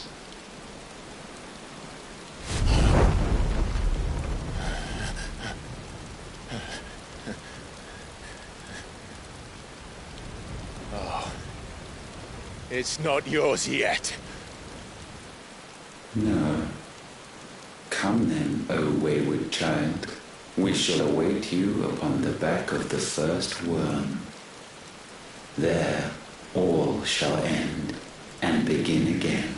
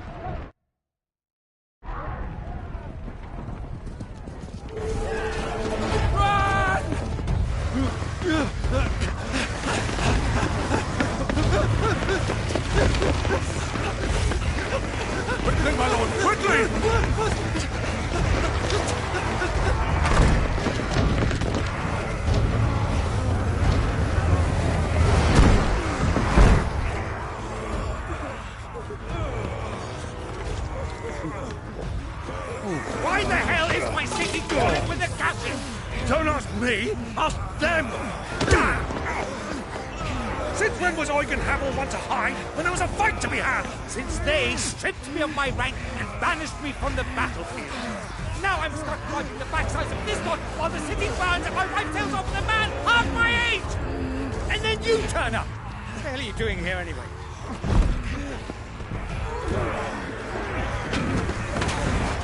What indeed? The enemy numbers 200,000 or more, counting yours. There are simply not enough soldiers garrisoned in the capital to repel an army of that size. Then one of the central keep. Held by a contingent of soldiers and bearers from the surrounding boroughs. They are the sole reason it still stands. And all it took was an army on their doorstep to bring them together. The prospect of death does put things into perspective. Perspective. Perhaps it's what we've lacked all along.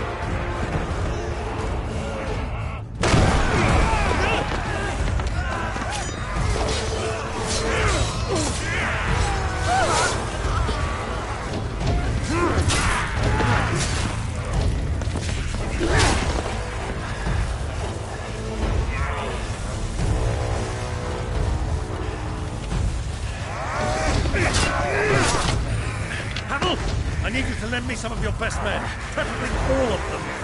My best men? Does it look like I'm able? I admit this might not be the most convenient time, but my nephew's in trouble, and I may have already promised him your help. Your nephew, the outlaw? Never! My soldiers have better things to do than die for nothing. Then you and he are of the same mind. Guy fights for the opposite. He fights for a world in which we shouldn't have to live and die for nothing. And he fights today to give us all a chance of a better tomorrow. Be that as it may, a handful of men cannot stand against a kingdom.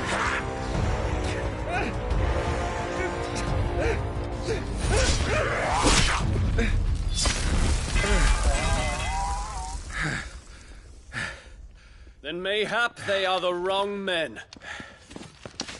Well, I'll be damned. Our numbers are few, but I shall rally as many of my dragoons as I'm able. You, apprise the Lord Strategist of the state of the city's defenses. Yes, Your Radiance. And you would fight alongside us? I owe the Phoenix a debt.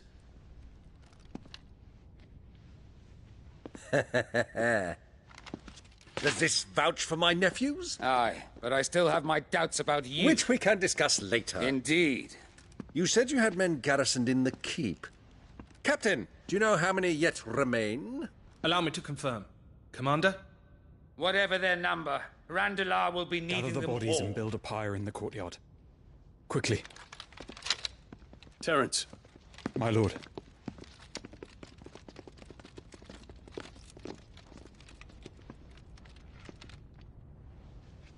You will find a girl there. A girl? We are in the middle of a war. I owe her my life, and I always pay my debts. You are to see that she is provided for. Dion, I cannot leave. But you shall. If I am ever to be worthy of the forgiveness of our people, then I must earn it. And I must earn it by my hand, and my hand alone. Know that I do not ask this lightly. And know that I will do it.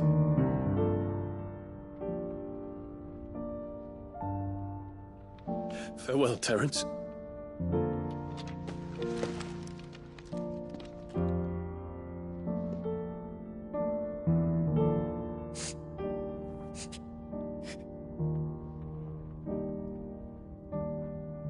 Farewell, my prince.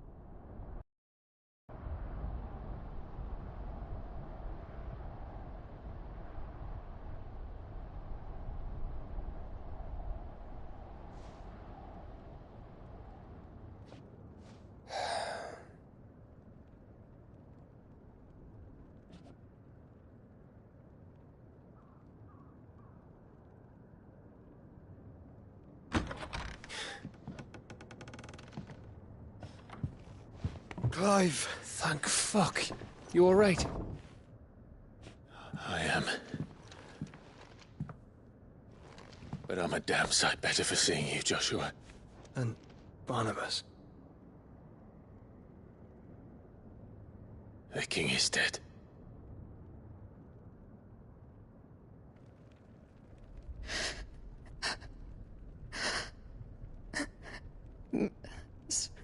So they're all...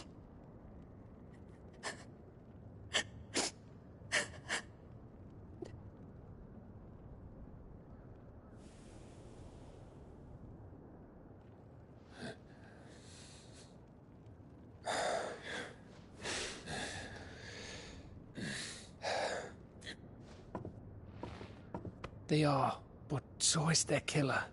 He can't hurt anyone anymore. You're safe.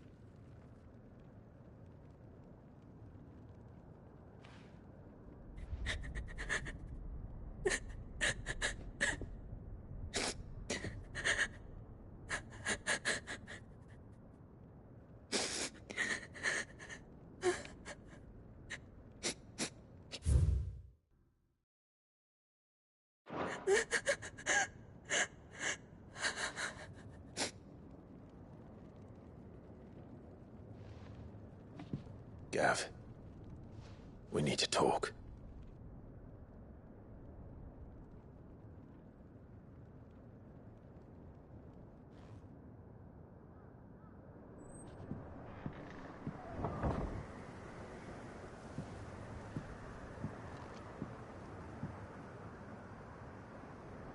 I'm sorry, Clive.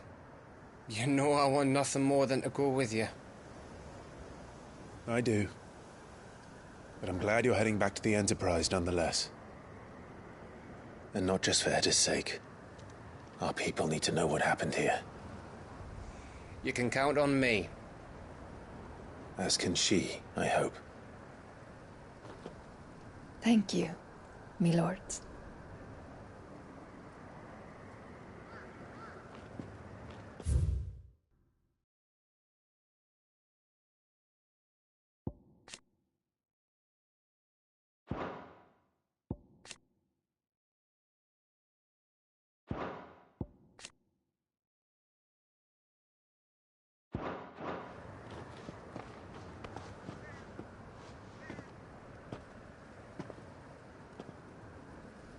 Do you think that was wise?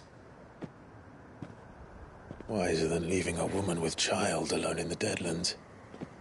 They'll be safer at the hideaway. For now, at least.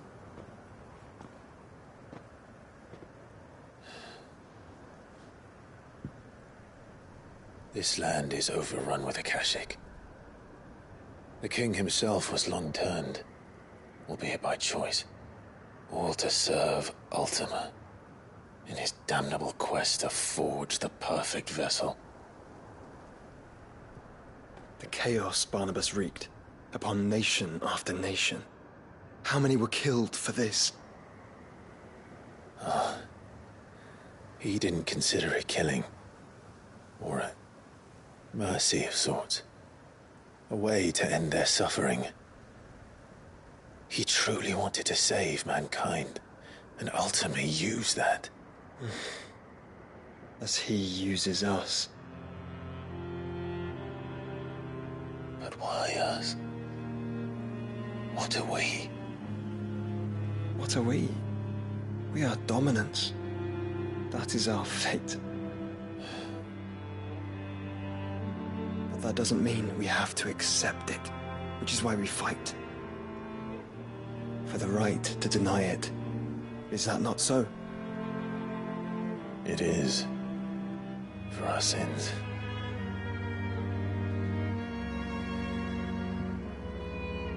Barnabas said something else. That the Mother Crystals were Ultimas. Ultimas? Are you certain? We know that the Mother Crystals have been leading the land of Ether. And we also know that it's this which hastens the spread of the Blight. But what I cannot fathom is what Ultima stands to gain from that.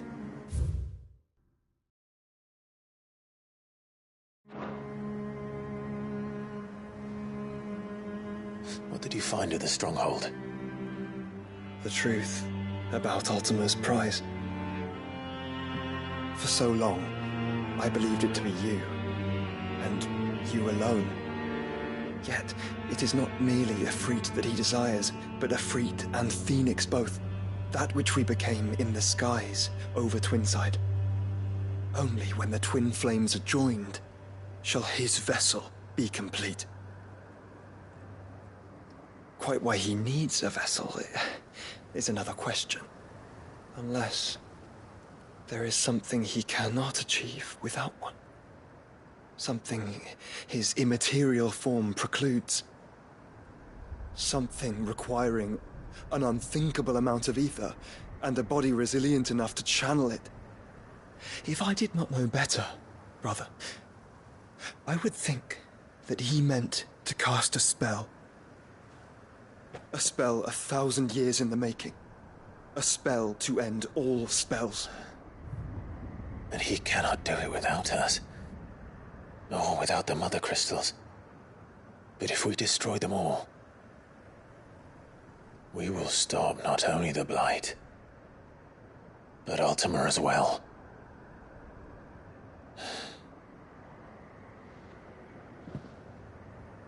We stick to the plan then. Only this time, we face him together. Well, it's a long walk to Stone here. Let's not keep Ultima waiting.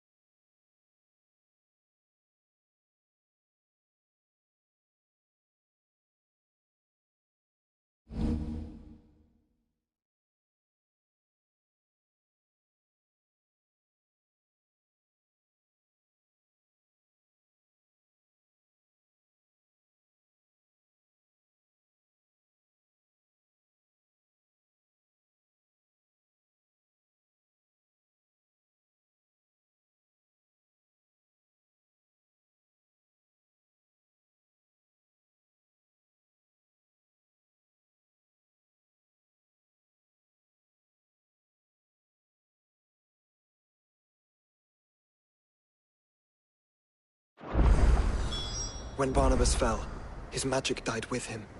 The road to Stone here is barred to us no longer.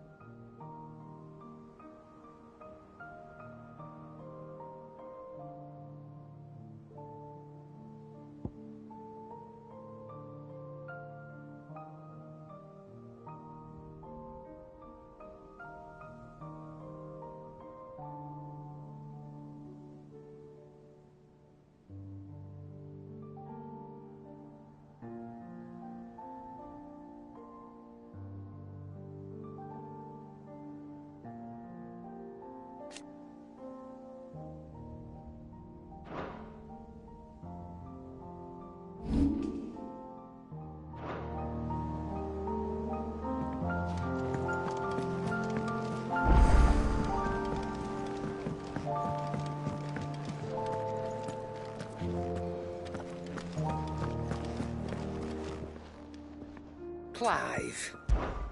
Go on, then.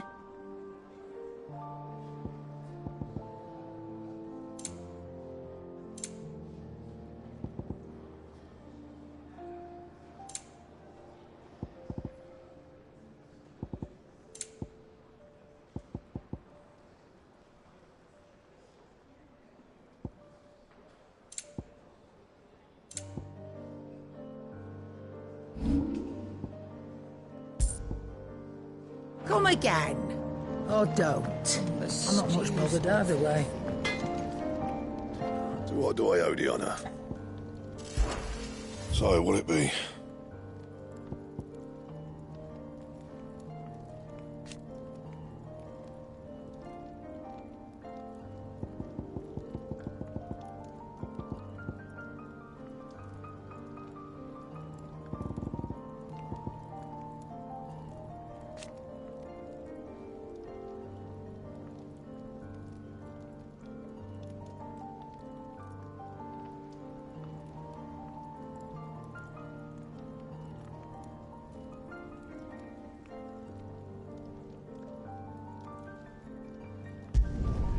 Not bad, if I do say so myself.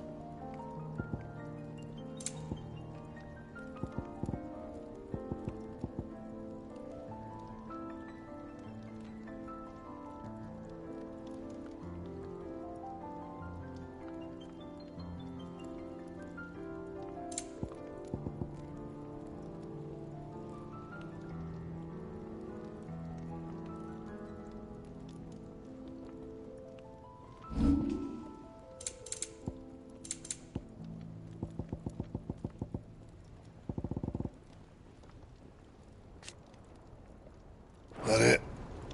Fine.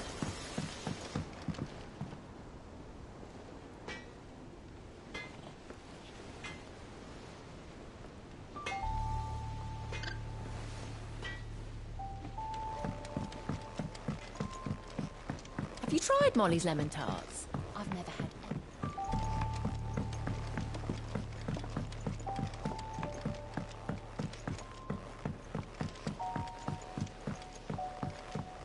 Canva lost? It can't be true. Miss, can we read Miss Editor's story for a lesson?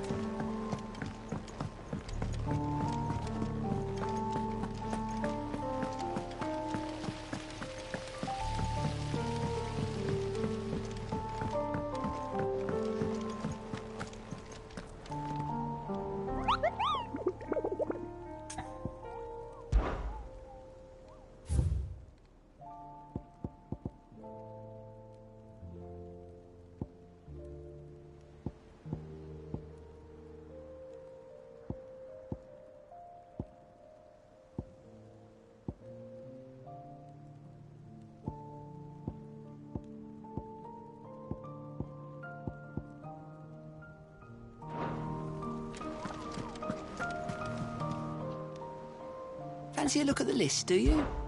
Quick look. Always something in there. Oh, I wasn't expecting you back.